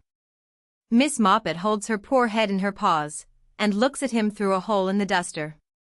The mouse comes very close. And then all of a sudden Miss Moppet jumps upon the mouse. And because the mouse has teased Miss Moppet thinks she will tease the mouse, which is not at all nice of Miss Moppet. She ties him up in the duster, and tosses it about like a ball. But she forgot about that hole in the duster, and when she untied it there was no mouse. He has wriggled out and run away, and he is dancing a jig on the top of the cupboard. The end. The tale of Mr. Jeremy Fisher for Stephanie from Cousin B. Once upon a time there was a frog called Mr. Jeremy Fisher. He lived in a little damp house amongst the buttercups at the edge of a pond. The water was all slippy sloppy in the larder and in the back passage. But Mr. Jeremy liked getting his feet wet, nobody ever scolded him, and he never caught a cold. He was quite pleased when he looked out and saw large drops of rain splashing in the pond. I will get some worms and go fishing and catch a dish of minnows for my dinner, said Mr. Jeremy Fisher. If I catch more than 5 fish, I will invite my friends Mr. Alderman Ptolemy Tortoise and Sir Isaac Newton. The alderman, however, eats salad. Mr. Jeremy put on a mackintosh and a pair of shiny galoshes. He took his rod and basket, and set off with enormous hops to the place where he kept his boat. The boat was round and green, and very like the other lily leaves. It was tied to a water plant in the middle of the pond. Mr. Jeremy took a reed pole and pushed the boat out into open water. "I know a good place for minnows," said Mr. Jeremy Fisher. Mr. Jeremy stuck his pole into the mud and fastened his boat to it. Then he settled himself cross-legged and arranged his fishing tackle. He had the dearest little red float. His rod was a tough stalk of grass, his line was a fine long white horsehair, and he tied a little wriggling worm at the end. The rain trickled down his back, and for nearly an hour he stared at the float. "This is getting tiresome, I think I should like some lunch," said Mr. Jeremy Fisher. He punted back again amongst the water plants, and took some lunch out of his basket. "I will eat a butterfly sandwich and wait till the shower is over," said Mr. Jeremy Fisher. A great big water beetle came up underneath the lily leaf and tweaked the toe of one of his galoshes. Mr. Jeremy crossed his legs up shorter, out of reach, and went on eating his sandwich. Once or twice something moved about with a rustle and a splash amongst the rushes at the side of the pond. "I trust that is not a rat," said Mr. Jeremy Fisher. "I think I had better get away from here." Mr. Jeremy shoved the boat out again a little way, and dropped in the bait. There was a bite almost directly. The float gave a tremendous bobbit. "A minnow! A minnow! I have him by the nose," cried Mr. Jeremy Fisher, jerking up his rod. But what a horrible surprise! Instead of a smooth fat minnow, Mr. Jeremy landed little Jack Sharp the stickleback, covered with spines. The stickleback floundered about the boat, pricking and snapping until he was quite out of breath. Then he jumped back into the water. And a shoal of other little fishes put their heads out, and laughed at Mr. Jeremy Fisher. And while Mr. Jeremy sat disconsolately on the edge of his boat sucking his sore fingers and peering down into the water, a much worse thing happened, a really frightful thing it would have been, if Mr. Jeremy had not been wearing a mackintosh. A great big enormous trout came up kerflop ppp. With a splash, and it seized Mr. Jeremy with a snap, "Ow! Ow! Ow!" And then it turned and dived down to the bottom of the pond. But the trout was so displeased with the taste of the mackintosh that in less than half a minute it spat him out again, and the only thing it swallowed was Mr. Jeremy's galoshes. Mr. Jeremy bounced up to the surface of the water, like a cork in the bubbles out of a soda water bottle, and he swam with all his might to the edge of the pond. He scrambled out on the first bank he came to, and he hopped home across the meadow with his mackintosh all in tatters. "What a mercy that was not a pike," said Mr. Jeremy Fisher.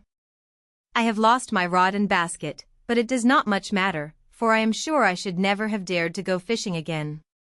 He put some sticking plaster on his fingers, and his friends both came to dinner. He could not offer them fish, but he had something else in his larder. Sir Isaac Newton wore his black and gold waistcoat, and Mr. Alderman Ptolemy Tortoise brought a salad with him in a string bag. And instead of a nice dish of minnows they had a roasted grasshopper with ladybird sauce, which frogs consider a beautiful treat, but I think it must have been nasty. The end. The tale of Timmy Tiptoes for many unknown little friends, including Monica. Once upon a time there was a little fat comfortable gray squirrel, called Timmy Tiptoes. He had a nest thatched with leaves in the top of a tall tree, and he had a little squirrel wife called Goody. Timmy Tiptoes sat out, enjoying the breeze. He whisked his tail and chuckled, "Little wife Goody, the nuts are ripe, we must lay up a store for winter and spring." Goody Tiptoes was busy pushing moss under the thatch. "The nest is so snug, we shall be sound asleep all winter. Then we shall wake up all the thinner, when there is nothing to eat in springtime," replied prudent Timothy. When Timmy and Goody Tiptoes came to the nut thicket, they found other squirrels were there already. Timmy took off his jacket and hung it on a twig. They worked away quietly by themselves.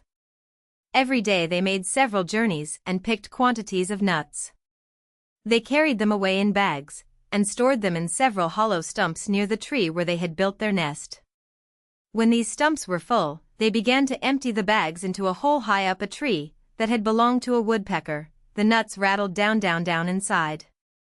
"How shall you ever get them out again?" "It is like a money box," said Goody. "I shall be much thinner before springtime, my love," said Timmy Tiptoes, peeping into the hole. They did collect quantities because they did not lose them. Squirrels who bury their nuts in the ground lose more than half, because they cannot remember the place. The most forgetful squirrel in the wood was called Silvertail. He began to dig, and he could not remember. And then he dug again and found some nuts that did not belong to him, and there was a fight. And other squirrels began to dig, the whole wood was in commotion. Unfortunately, just at this time a flock of little birds flew by, from bush to bush, searching for green caterpillars and spiders. There were several sorts of little birds, twittering different songs. The first one sang, "Who's been digging up my nuts? Who's been digging up my nuts?" And another sang, "Little bit of bread and no cheese. Little bit of bread and no cheese." The squirrels followed and listened. The first little bird flew into the bush where Timmy and Goody Tiptoes were quietly tying up their bags, and it sang, "Who's been digging up my nuts? Who's been digging up my nuts?" Timmy Tiptoes went on with his work without replying. Indeed, the little bird did not expect an answer. It was only singing its natural song, and it meant nothing at all. But when the other squirrels heard that song, they rushed upon Timmy Tiptoes and cuffed and scratched him, and upset his bag of nuts. The innocent little bird which had caused all the mischief flew away in a fright. Timmy rolled over and over, and then turned tail and fled towards his nest, followed by a crowd of squirrels shouting, "Who's been digging up my nuts?" They caught him and dragged him up the very same tree, where there was the little round hole, and they pushed him in. The hole was much too small for Timmy Tiptoes' figure. They squeezed him dreadfully. It was a wonder they did not break his ribs. "We will leave him here till he confesses," said Silvertail Squirrel, and he shouted into the hole, "Who's been digging up my nuts?" Timmy Tiptoes made no reply. He had tumbled down inside the tree, upon half a peck of nuts belonging to himself. He lay quite stunned and still. Goody Tiptoes picked up the nut bags and went home. She made a cup of tea for Timmy, but he didn't come and didn't come. Goody Tiptoes passed a lonely and unhappy night. Next morning she ventured back to the nut bushes to look for him, but the other unkind squirrels drove her away. She wandered all over the wood, calling Timmy Tiptoes. Timmy Tiptoes. Oh, where is Timmy Tiptoes? In the meantime Timmy Tiptoes came to his senses. He found himself tucked up in a little moss bed, very much in the dark, feeling sore. It seemed to be underground. Timmy coughed and groaned, because his ribs hurted him. There was a chirpy noise, and a small striped chipmunk appeared with a night light, and hoped he felt better. It was most kind to Timmy Tiptoes. It lent him its nightcap, and the house was full of provisions. The chipmunk explained that it had rained nuts through the top of the tree. Besides, I found a few buried. It laughed and chuckled when it heard Timmy's story. While Timmy was confined to bed, it enticed him to eat quantities, but how shall I ever get out through that hole unless I thin myself? My wife will be anxious. Just another nut or two nuts, let me crack them for you, said the chipmunk. Timmy Tiptoes grew fatter and fatter. Now Goody Tiptoes had set to work again by herself. She did not put any more nuts into the woodpecker's hole, because she had always doubted how they could be got out again. She hid them under a tree root. They rattled down, down, down. Once when Goody emptied an extra big bagful, there was a decided squeak, and next time Goody brought another bagful, a little striped chipmunk scrambled out in a hurry. It is getting perfectly full up downstairs. The sitting room is full, and they are rolling along the passage, and my husband, Chippy Hackee, has run away and left me. What is the explanation of these showers of nuts? I am sure I beg your pardon, I did not know that anybody lived here, said Mrs. Goody Tiptoes, but where is Chippy Hackee? My husband, Timmy Tiptoes, has run away too. I know where Chippy is, a little bird told me, said Mrs. Chippy Hackee.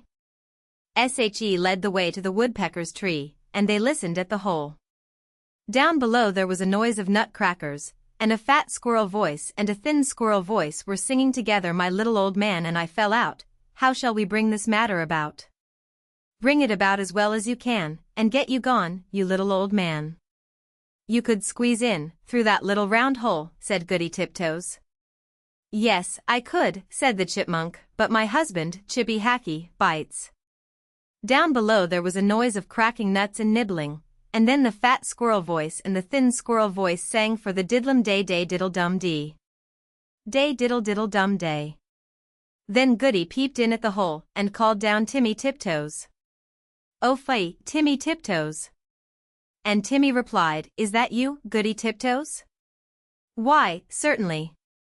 He came up and kissed Goody through the hole, but he was so fat that he could not get out. Chippy Hackee was not too fat, but he did not want to come, he stayed down below and chuckled. And so it went on for a fortnight, till a big wind blew off the top of the tree, and opened up the hole and let in the rain. Then Timmy Tiptoes came out, and went home with an umbrella. But Chippy Hackee continued to camp out for another week, although it was uncomfortable. At last a large bear came walking through the wood. Perhaps he also was looking for nuts, he seemed to be sniffing around. Chippy Hackee went home in a hurry. And when Chippy Hackee got home, he found he had caught a cold in his head, and he was more uncomfortable still. And now Timmy and Goody Tiptoes keep their nut store fastened up with a little padlock. And whenever that little bird sees the chipmunks, he sings, "Who's been digging up my nuts? Who's been digging up my nuts?" But nobody ever answers. The end. The pie and the patty pan pussy cat sits by the fire. How should she be fair? In walks the little dog, says Pussy, "Are you there? How do you do, Mistress Pussy? Mistress Pussy, how do you do?" "I thank you kindly, little dog, I fare as well as you." Old rhyme. Once upon a time there was a pussy cat called Ribby, who invited a little dog called Duchess to tea. "Come in good time, my dear Duchess," said Ribby's letter, "and we will have something so very nice. I am baking it in a pie dish with a pink rim. You never tasted anything so good. And you shall eat it all. I will eat muffins, my dear Duchess," wrote Ribby. Duchess read the letter and wrote an answer, "I will come with much pleasure at 4:15. But it is very strange. I was just going to invite you to come here, to supper, my dear Ribby, to eat something most delicious." "I will come very punctually, my dear Ribby," wrote Duchess, and then at the end she added, "I hope it isn't mouse?" And then she thought. That did not look quite polite, so she scratched out "isn't mouse" and changed it to "I hope it will be fine," and she gave her letter to the postman. But she thought a great deal about Ribby's pie, and she read Ribby's letter over and over again. "I am dreadfully afraid it will be mouse," said Duchess to herself. "I really couldn't eat mouse pie. And I shall have to eat it, because it is a party. And my pie was going to be veal and ham. A pink and white pie dish. And so is mine, just like Ribby's dishes, they were both bought at Tabitha Twitchit's." Duchess went into her larder and took the pie off a shelf and looked at it. "It is all ready to put into the oven. Such lovely pie crust, and I put in a little tin patty pan to hold up the crust, and I made a hole in the middle with a fork to let out the steam. Oh, I do wish I could eat my own pie, instead of a pie made of mouse." Duchess considered and read Ribby's letter again. "A pink and white pie dish, and you shall eat it all. You means me then? Ribby is not going to even taste the pie herself? A pink and white pie dish. Ribby is sure to go out to buy the muffins. Oh, what a good idea. Why shouldn't I rush along and put my pie into Ribby's oven when Ribby isn't there?" Duchess was quite delighted with her own cleverness. Ribby in the meantime had received Duchess's answer, and as soon as she was sure that the little dog would come she popped her pie into the oven. There were 2 ovens, one above the other. Some other knobs and handles were only ornamental and not intended to open. Ribby put the pie into the lower oven. The door was very stiff. "The top oven bakes too quickly," said Ribby to herself. "It is a pie of the most delicate and tender mouse minced up with bacon. And I have taken out all the bones, because Duchess did nearly choke herself with a fishbone last time I gave a party. She eats a little fast, rather big mouthfuls. But a most genteel and elegant little dog, infinitely superior company to Cousin Tabitha Twitchit." Ribby put on some coal and swept up the hearth. Then she went out with a can to the well, for water to fill up the kettle. Then she began to set the room in order, for it was the sitting room as well as the kitchen. She shook the mats out at the front door and put them straight. The hearth rug was a rabbit skin. She dusted the clock and the ornaments on the mantelpiece, and she polished and rubbed the tables and chairs. Then she spread a very clean white tablecloth, and set out her best china tea set, which she took out of a wall cupboard near the fireplace. The teacups were white with a pattern of pink roses, and the dinner plates were white and blue. When Ribby had laid the table, she took a jug and a blue and white dish, and went out down the field to the farm, to fetch milk and butter. When she came back, she peeped into the bottom oven. The pie looked very comfortable. Ribby put on her shawl and bonnet and went out again with a basket, to the village shop to buy a packet of tea, a pound of lump sugar, and a pot of marmalade. And just at the same time, Duchess came out of her house, at the other end of the village. Ribby met Duchess halfway on the street, also carrying a basket, covered with a cloth. They only bowed to one another. They did not speak, because they were going to have a party. As soon as Duchess had got round the corner out of sight, she simply ran straight away to Ribby's house. Ribby went into the shop and bought what she required, and came out, after a pleasant gossip with Cousin Tabitha Twitchit. Cousin Tabitha was disdainful afterwards in conversation, a little dog indeed. Just as if there were no cats in Sorry. And a pie for afternoon tea. The very idea, said Cousin Tabitha Twitchit. Ribby went on to Timothy Baker's and bought the muffins. Then she went home. There seemed to be a sort of scuffling noise in the back passage, as she was coming in at the front door. I trust that is not that pie. The spoons are locked up, however, said Ribby. But there was nobody there. Ribby opened the bottom oven door with some difficulty, and turned the pie. There began to be a pleasing smell of baked mouse. Duchess, in the meantime, had slipped out at the back door. It is a very odd thing that Ribby's pie was not in the oven when I put mine in. And I can't find it anywhere. I have looked all over the house. I put my pie into a nice hot oven at the top. I could not turn any of the other handles. I think that they are all shams, said Duchess, but I wish I could have removed the pie made of mouse. I cannot think what she has done with it. I heard Ribby coming and I had to run out by the back door. Duchess went home and brushed her beautiful black coat, and then she picked a bunch of flowers in her garden as a present for Ribby, and passed the time until the clock struck 4. Ribby, having assured herself by careful search that there was really no one hiding in the cupboard or in the larder, went upstairs to change her dress. She put on a lilac silk gown, for the party, and an embroidered muslin apron and tippet. It is very strange, said Ribby. I did not think I left that drawer pulled out. Has somebody been trying on my mittens? She came downstairs again, and made the tea, and put the teapot on the hob. She peeped again into the bottom oven. The pie had become a lovely brown, and it was steaming hot. She sat down before the fire to wait for the little dog. I am glad I used the bottom oven, said Ribby. The top one would certainly have been very much too hot. I wonder why that cupboard door was open. Can there really have been someone in the house? Very punctually at 4 o'clock, Duchess started to go to the party. She ran so fast through the village that she was too early, and she had to wait a little while in the lane that leads down to Ribby's house. I wonder if Ribby has taken my pie out of the oven yet, said Duchess, and whatever can have become of the other pie made of mouse? At 4:15 to the minute, there came a most genteel little tap-tappity. Is Mrs. Ribston at home? Inquired Duchess in the porch. Come in. And how do you do, my dear Duchess? Cried Ribby. I hope I see you well. Quite well, I thank you. And how do you do, my dear Ribby? Said Duchess. I've brought you some flowers. What a delicious smell of pie. Oh, what lovely flowers. Yes, it is mouse and bacon. Do not talk about food, my dear Ribby, said Duchess. What a lovely white tea cloth. Is it done to a turn?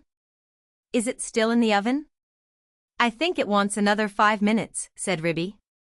Just a shade longer. I will pour out the tea while we wait. Do you take sugar, my dear Duchess? Oh yes, please. My dear Ribby, and may I have a lump upon my nose?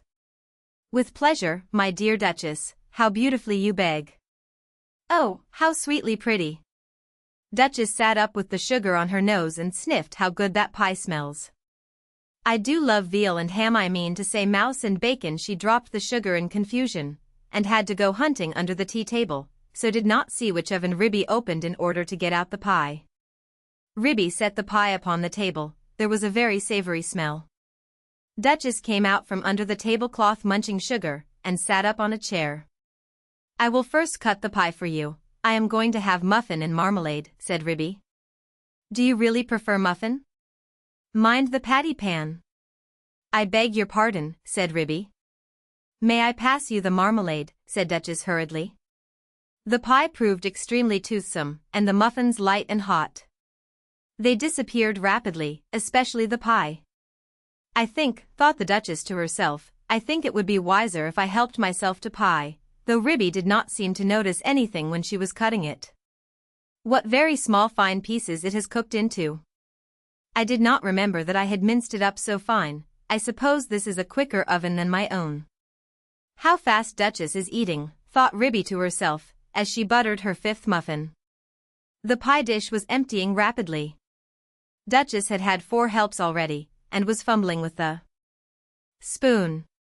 A little more bacon, my dear Duchess, said Ribby. Thank you, my dear Ribby, I was only feeling for the patty pan. The patty pan? My dear Duchess? The patty pan that held up the pie crust, said Duchess, blushing under her black coat. Oh, I didn't put one in, my dear Duchess, said Ribby. I don't think that it is necessary in pies made of mouse. Duchess fumbled with the spoon. I can't find it, she said anxiously. There isn't a patty pan, said Ribby, looking perplexed. Yes, indeed, my dear Ribby, where can it have gone to, said Duchess. There most certainly is not one, my dear Duchess. I disapprove of tin articles in puddings and pies. It is most undesirable, especially when people swallow in lumps, she added in a lower voice.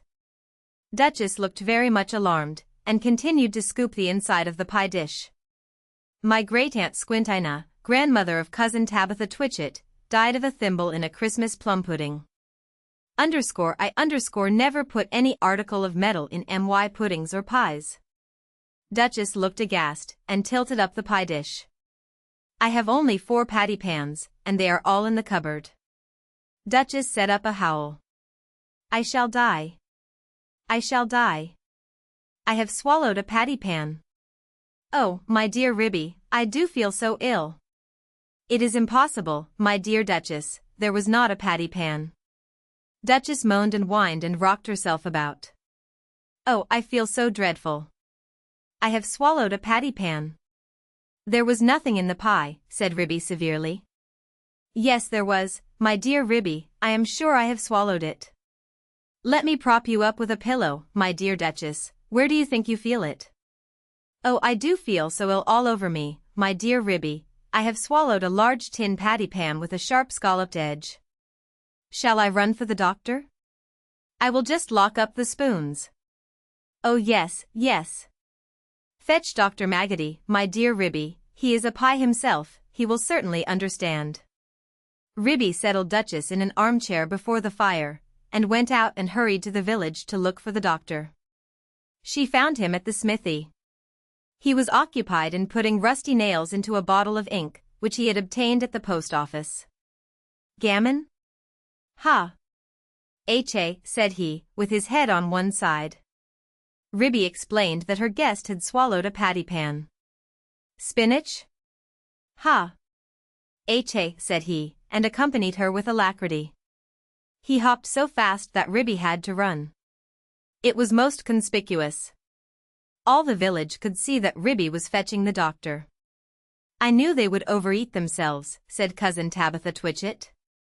But while Ribby had been hunting for the doctor, a curious thing had happened to Duchess, who had been left by herself, sitting before the fire, sighing and groaning and feeling very unhappy. How could I have swallowed it? Such a large thing as a patty pan.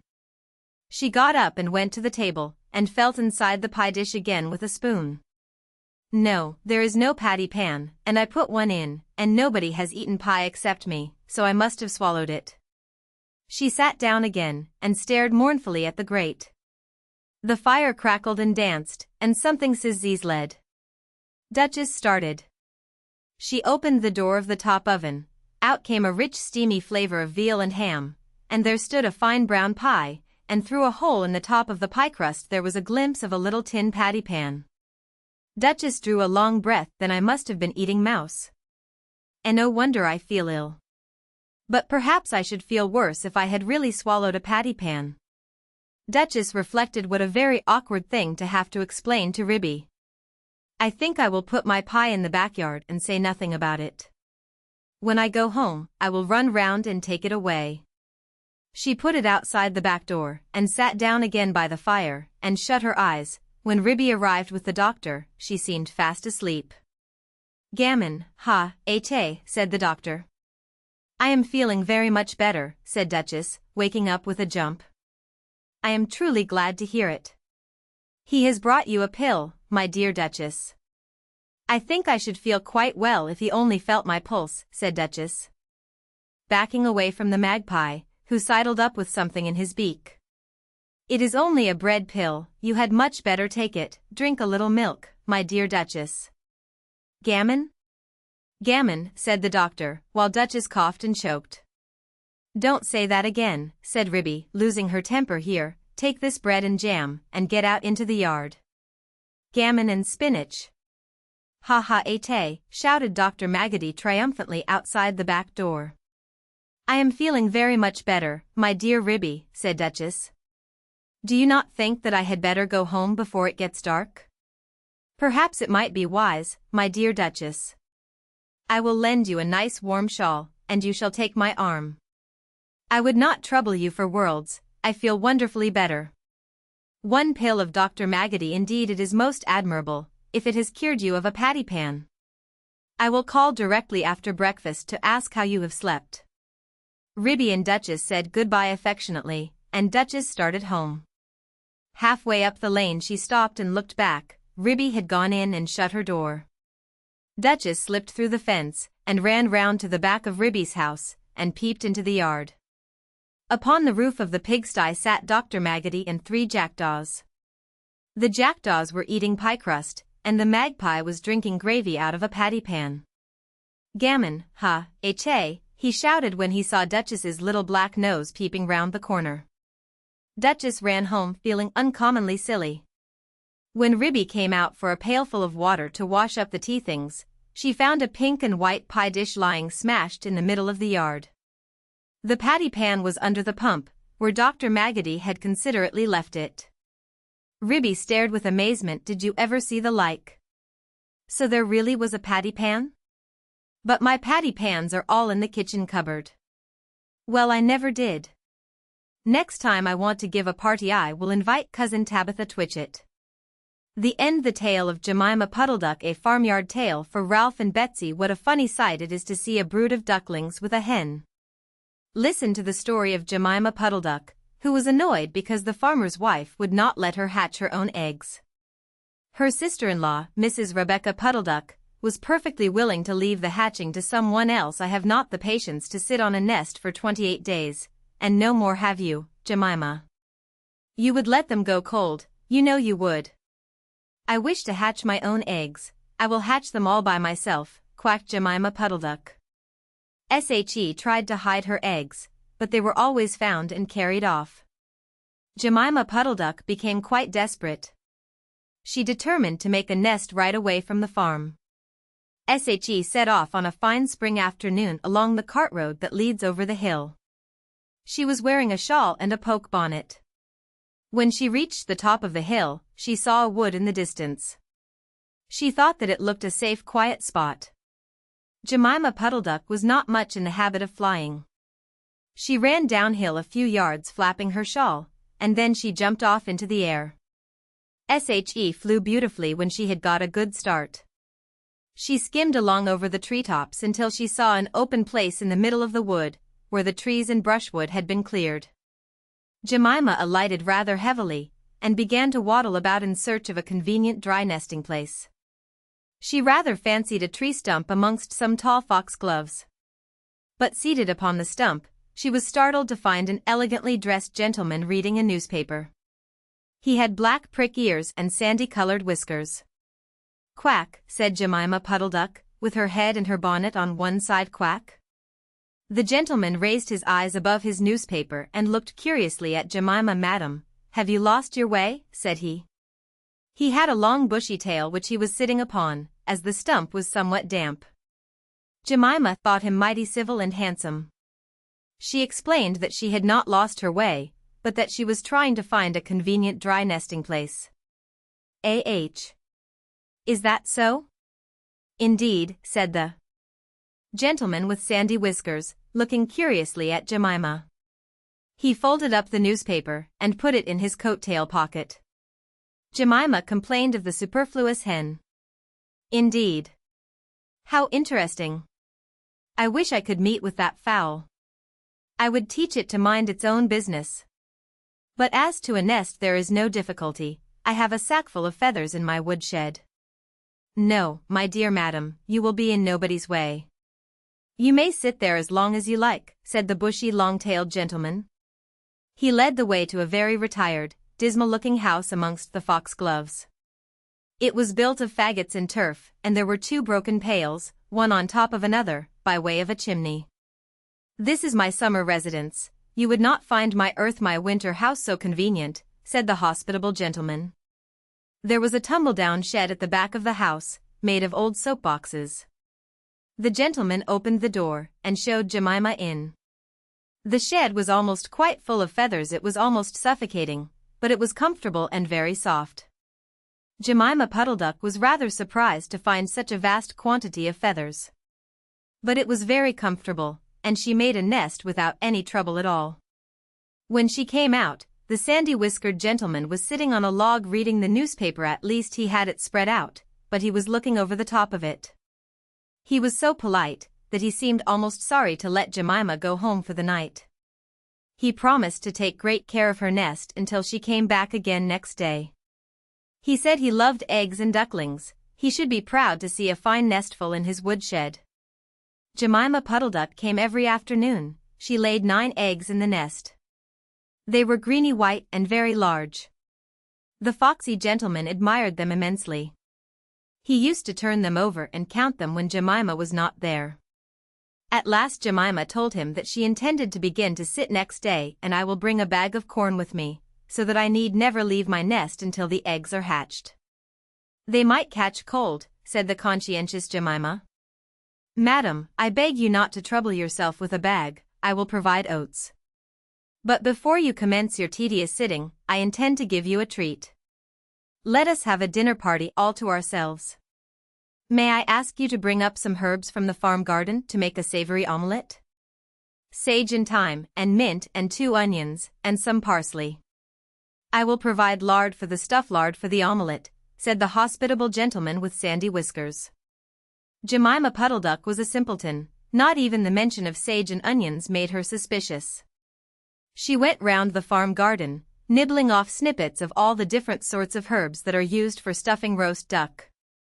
And she waddled into the kitchen and got 2 onions out of a basket. The collie dog met her coming out. "What are you doing with those onions? Where do you go every afternoon by yourself, Jemima Puddle Duck?" Jemima was rather in awe of the collie. She told him the whole story. The collie listened, with his wise head on one side. He grinned when she described the polite gentleman with sandy whiskers. He asked several questions about the wood, and about the exact position of the house and shed. Then he went out and trotted down the village. He went to look for 2 foxhound puppies who were out at walk with the butcher. Jemima Puddle Duck went up the cart road for the last time on a sunny afternoon. She was rather burdened with bunches of herbs and 2 onions in a bag. She flew over the wood and alighted opposite the house of the bushy long-tailed gentleman. He was sitting on a log. He sniffed the air and kept glancing uneasily round the wood. When Jemima alighted, he quite jumped. "Come into the house as soon as you have looked at your eggs. Give me the herbs for the omelette. Be sharp." He was rather abrupt. Jemima Puddle Duck had never heard him speak like that. She felt surprised and uncomfortable. While she was inside, she heard pattering feet round the back of the shed. Someone with a black nose sniffed at the bottom of the door and then locked it.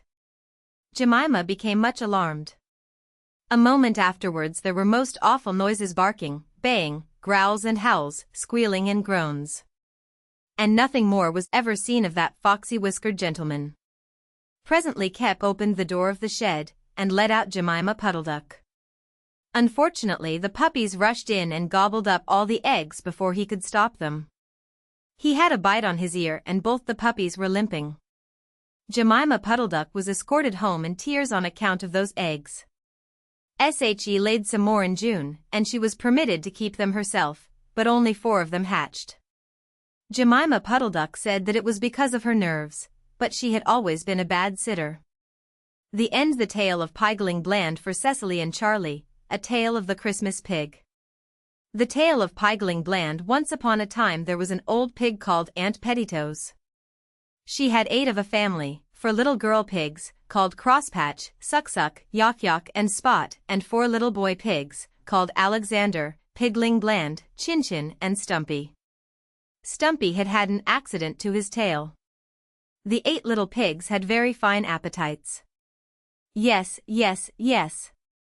They eat, and indeed they do eat, said Aunt Petitoes, looking at her family with pride. Suddenly there were fearful squeals. Alexander had squeezed inside the hoops of the pig trough and stuck. Aunt Petitoes and I dragged him out by the hind legs.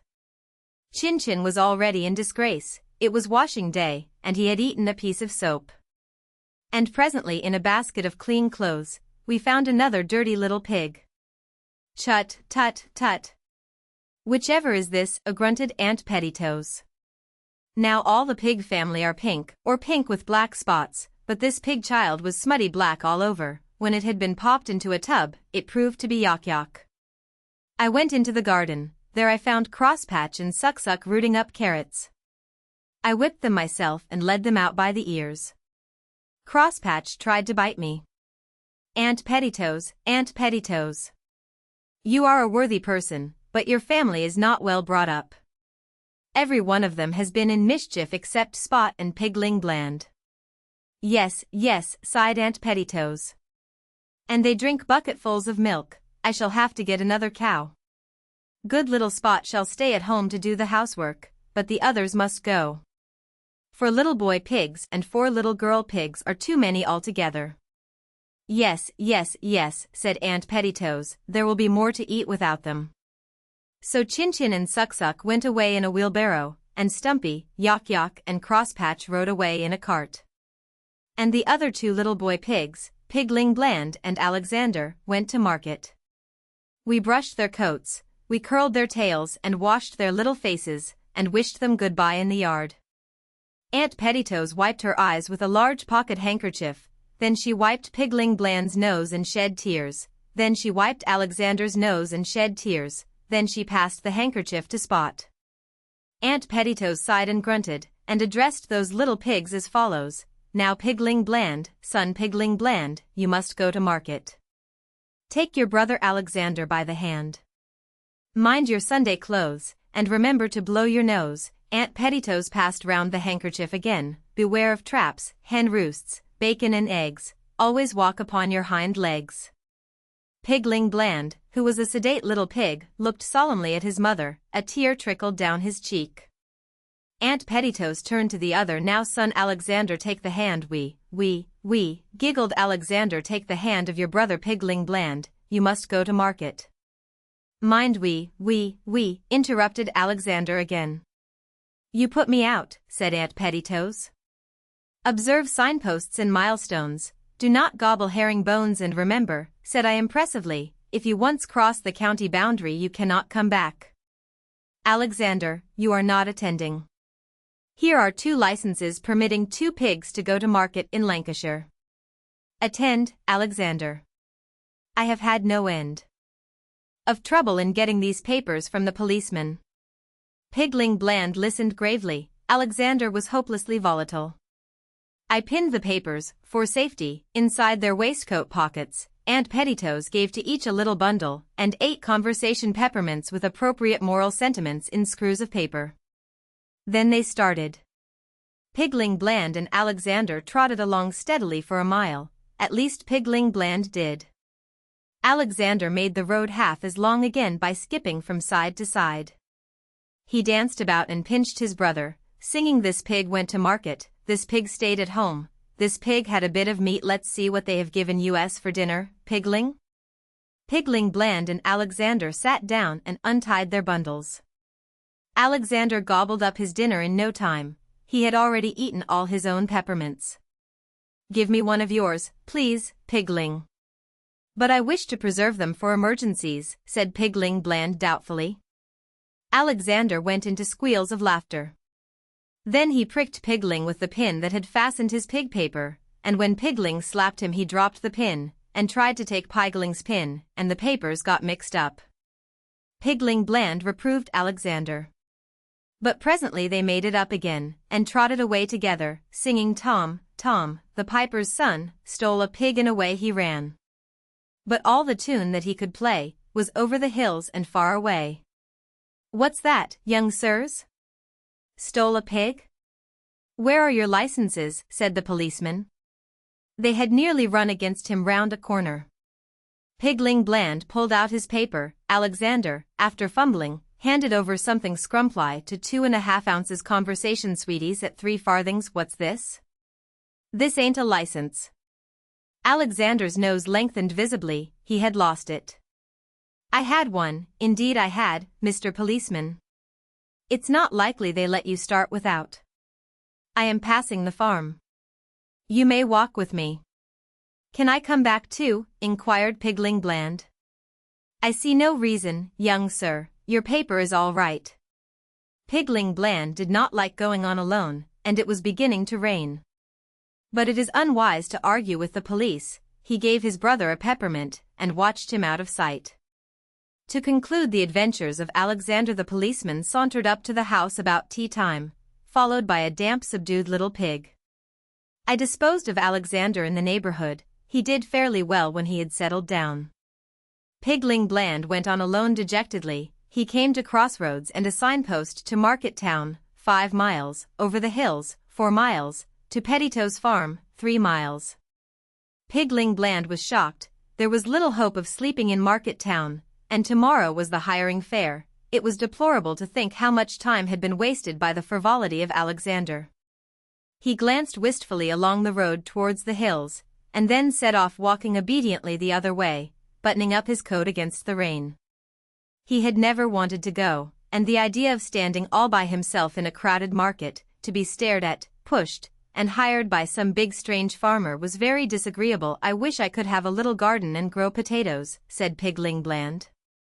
He put his cold hand in his pocket and felt his paper. He put his other hand in his other pocket and felt another paper, Alexander's. Pigling squealed, then ran back frantically, hoping to overtake Alexander and the policeman. He took a wrong turn, several wrong turns, and was quite lost. It grew dark, the wind whistled, the trees creaked and groaned. Pigling Bland became frightened and cried, "Wee. I can't find my way home." After an hour's wandering he got out of the wood. The moon shone through the clouds, and Pigling Bland saw a country that was new to him. The road crossed a moor. Below was a wide valley with a river twinkling in the moonlight, and beyond, in misty distance, lay the hills. He saw a small wooden hut, made his way to it, and crept inside. "I am afraid it is a hen house, but what can I do?" said Pigling Bland, wet and cold and quite tired out. Bacon and eggs, clucked a hen on a perch.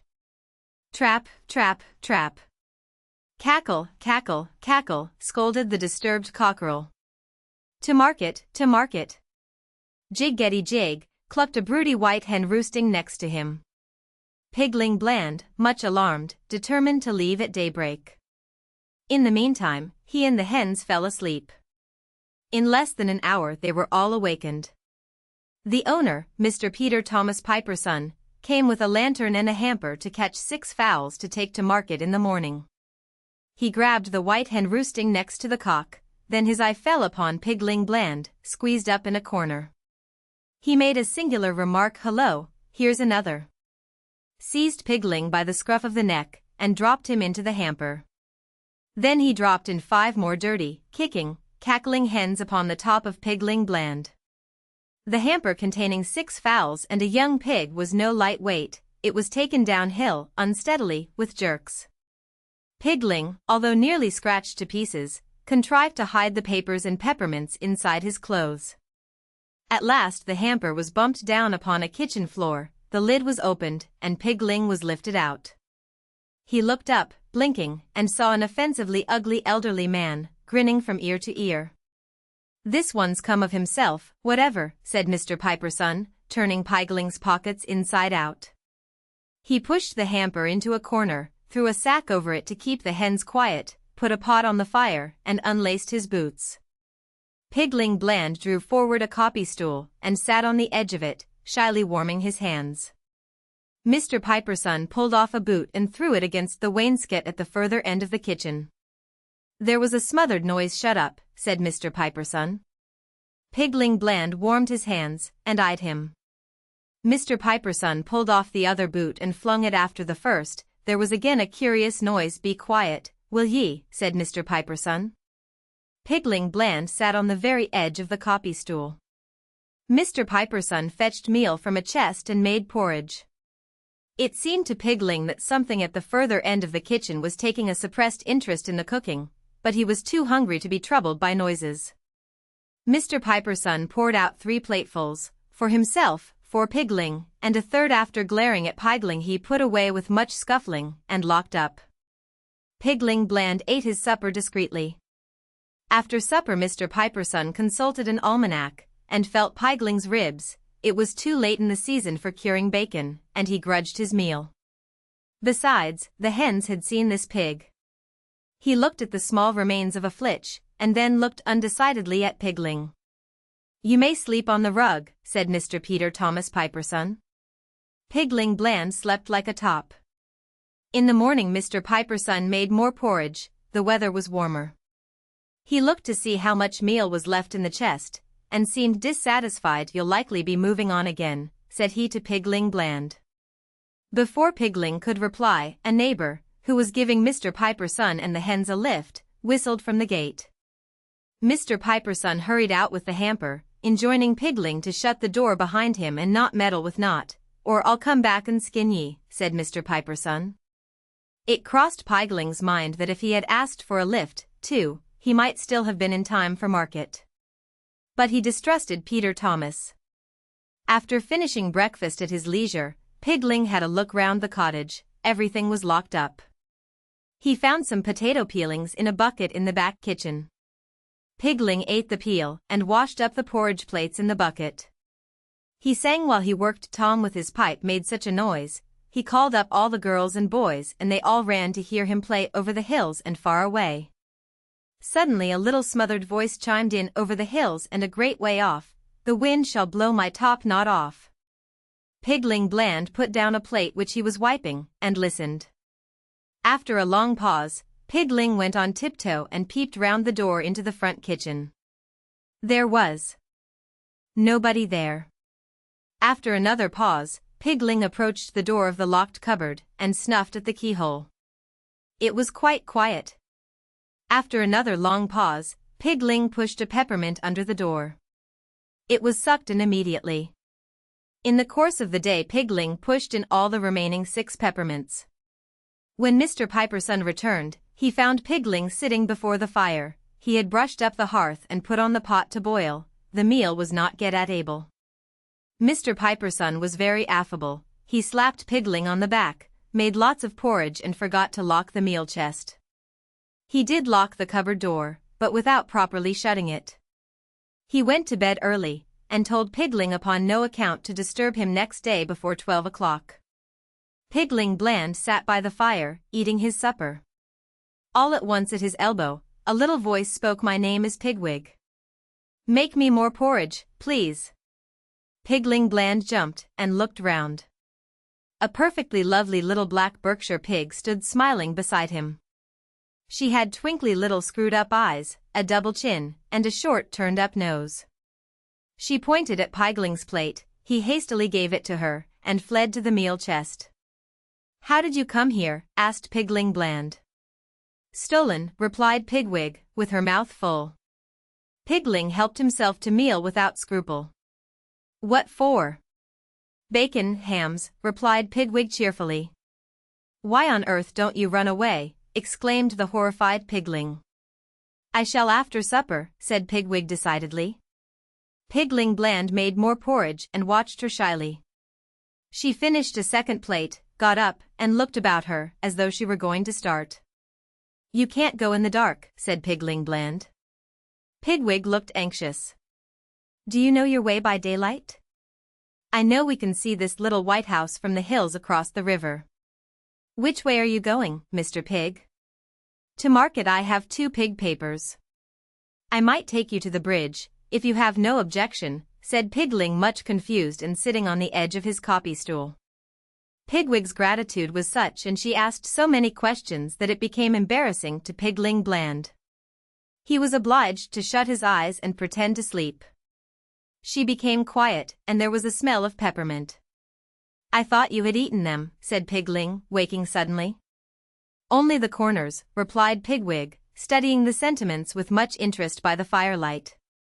I wish you wouldn't, he might smell them through the ceiling, said the alarmed Pigling. Pigwig put back the sticky peppermints into her pocket. Sing something, she demanded. I am sorry. I have toothache, said Pigling, much dismayed. Then I will sing, replied Pigwig. You will not mind if I say itty-tittity? I have forgotten some of the words. Pigling Bland made no objection. He sat with his eyes half shut and watched her. She wagged her head and rocked about, clapping time and singing in a sweet little grunty voice. A funny old mother pig lived in a sty, and 3 little piggies had she, tea-ittity-ittity, umph, umph, umph. And the little pigs said, wee, wee. She sang successfully through 3 or 4 verses, only at every verse her head nodded a little lower, and her little twinkly eyes closed up. Those 3 little piggies grew peaky and lean they might very well be, for somehow they couldn't say umph, umph, umph. And they wouldn't say wee, wee, wee. For somehow they couldn't say. Pigwig's head bobbed lower and lower, until she rolled over, a little round ball, fast asleep on the hearthrug. Pigling Bland, on tiptoe, covered her up with an antimacassar. He was afraid to go to sleep himself. For the rest of the night he sat listening to the chirping of the crickets and to the snores of Mr. Piper's son overhead. Early in the morning, between dark and daylight, Pigling tied up his little bundle and woke up Pigwig. She was excited and half frightened. But it's dark. How can we find our way? The cock has crowed, we must start before the hens come out, they might shout to Mr. Piper's son. Pigwig sat down again, and commenced to cry. Come away, Pigwig, we can see when we get used to it. Come. I can hear them clucking. Pigling had never said shoo to a hen in his life, being peaceable. Also he remembered the hamper. He opened the house door quietly and shut it after them. There was no garden. The neighborhood of Mr. Piper's sons was all scratched up by fowls. They slipped away hand in hand across an untidy field to the road. The sun rose while they were crossing the moor, a dazzle of light over the tops of the hills. The sunshine crept down the slopes into the peaceful green valleys, where little white cottages nestled in gardens and orchards. That's Westmoreland, said Pigwig. She dropped Pigling's hand and commenced to dance, singing Tom, Tom, the piper's son, stole a pig and away he ran. But all the tune that he could play was over the hills and far away. Come, Pigwig, we must get to the bridge before folks are stirring. Why do you want to go to market, Pigling? Inquired Pigwig presently. I want to grow potatoes. Have a peppermint, said Pigwig. Pigling Bland refused quite crossly. Does your poor toothy hurt? Inquired Pigwig. Pigling Bland grunted. Pigwig ate the peppermint herself and followed the opposite side of the road. Pigwig. Keep under the wall, there's a man plowing. Pigwig crossed over, they hurried downhill towards the county boundary. Suddenly Pigling stopped, he heard wheels.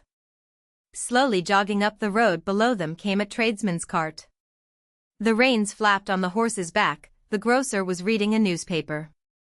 Take that peppermint out of your mouth, Pigwig, we may have to run. Don't say one word. Leave it to me. And in sight of the bridge, said poor Pigling, nearly crying. He began to walk frightfully lame, holding Pigwig's arm. The grocer, intent upon his newspaper, might have passed them if his horse had not shied and snorted. He pulled the cart crossways and held down his whip. Hello. Where are you going to? Pigling Bland stared at him vacantly. Are you deaf? Are you going to market? Pigling nodded slowly. I thought as much. It was yesterday. Show me your license? Pigling stared at the off hind shoe of the grocer's horse which had picked up a stone. The grocer flicked his whip papers? Pig license?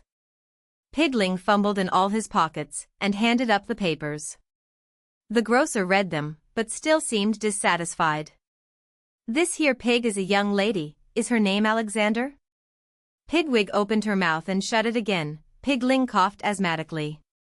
The grocer ran his finger down the advertisement column of his newspaper. Lost, stolen, or strayed, tens. Reward. He looked suspiciously at Pigwig. Then he stood up in the trap and whistled for the plowman. You wait here while I drive on and speak to him, said the grocer, gathering up the reins. He knew that pigs are slippery, but surely, such a very lame pig could never run. Not yet, Pigwig, he will look back. The grocer did so. He saw the two pigs stock still in the middle of the road. Then he looked over at his horse's heels. It was lame also. The stone took some time to knock out after he got to the plowman. Now, Pigwig, now, said Pigling Bland. Never did any pigs run as these pigs ran. They raced and squealed and pelted down the long white hill towards the bridge.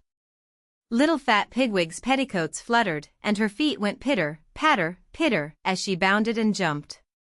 They ran, and they ran, and they ran down the hill and across a short cut on level green turf at the bottom, between pebble beds and rushes.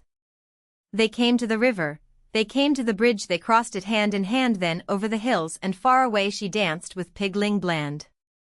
The end. The tale of two bad mice for W. M. L. W. The little girl who had the dollhouse. Once upon a time there was a very beautiful doll's house. It was red brick with white windows, and it had real muslin curtains and a front door and a chimney.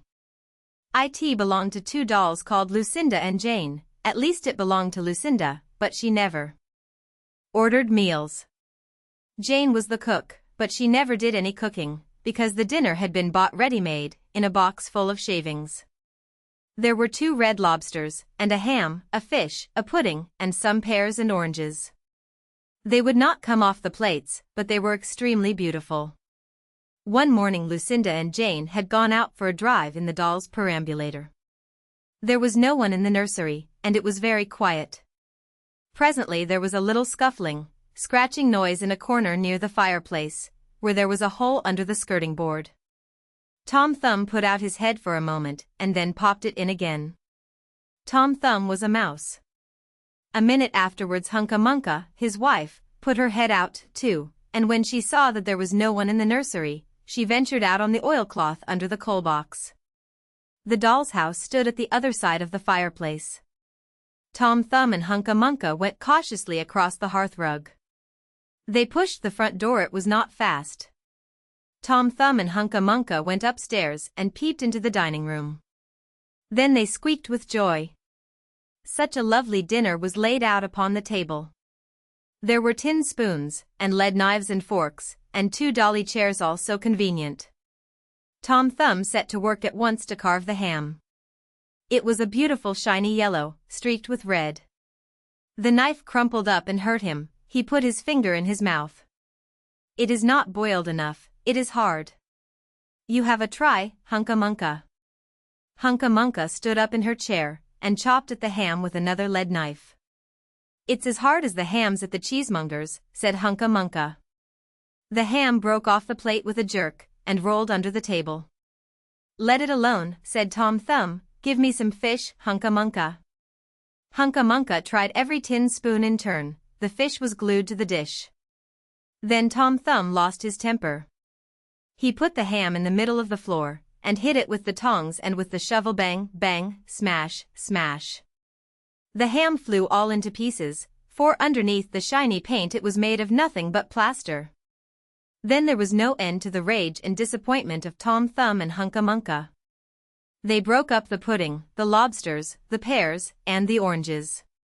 As the fish would not come off the plate, they put it into the red-hot crinkly paper fire in the kitchen, but it would not burn either.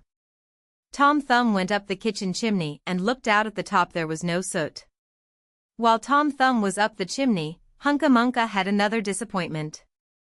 She found some tiny canisters upon the dresser, labeled rice, coffee sago, but when she turned them upside down there was nothing inside except red and blue beads. Then those mice set to work to do all the mischief they could, especially Tom Thumb. He took Jane's clothes out of the chest of drawers in her bedroom, and he threw them out of the top-floor window. But Hunca Munca had a frugal mind. After pulling half the feathers out of Lucinda's bolster, she remembered that she herself was in want of a feather bed.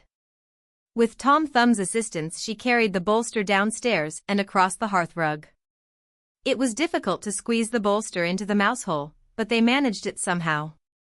Then Hunca Munca went back and fetched a chair, a bookcase, a birdcage, and several small odds and ends. The bookcase and the birdcage refused to go into the mouse hole. Hunca Munca left them behind the coal box and went to fetch a cradle.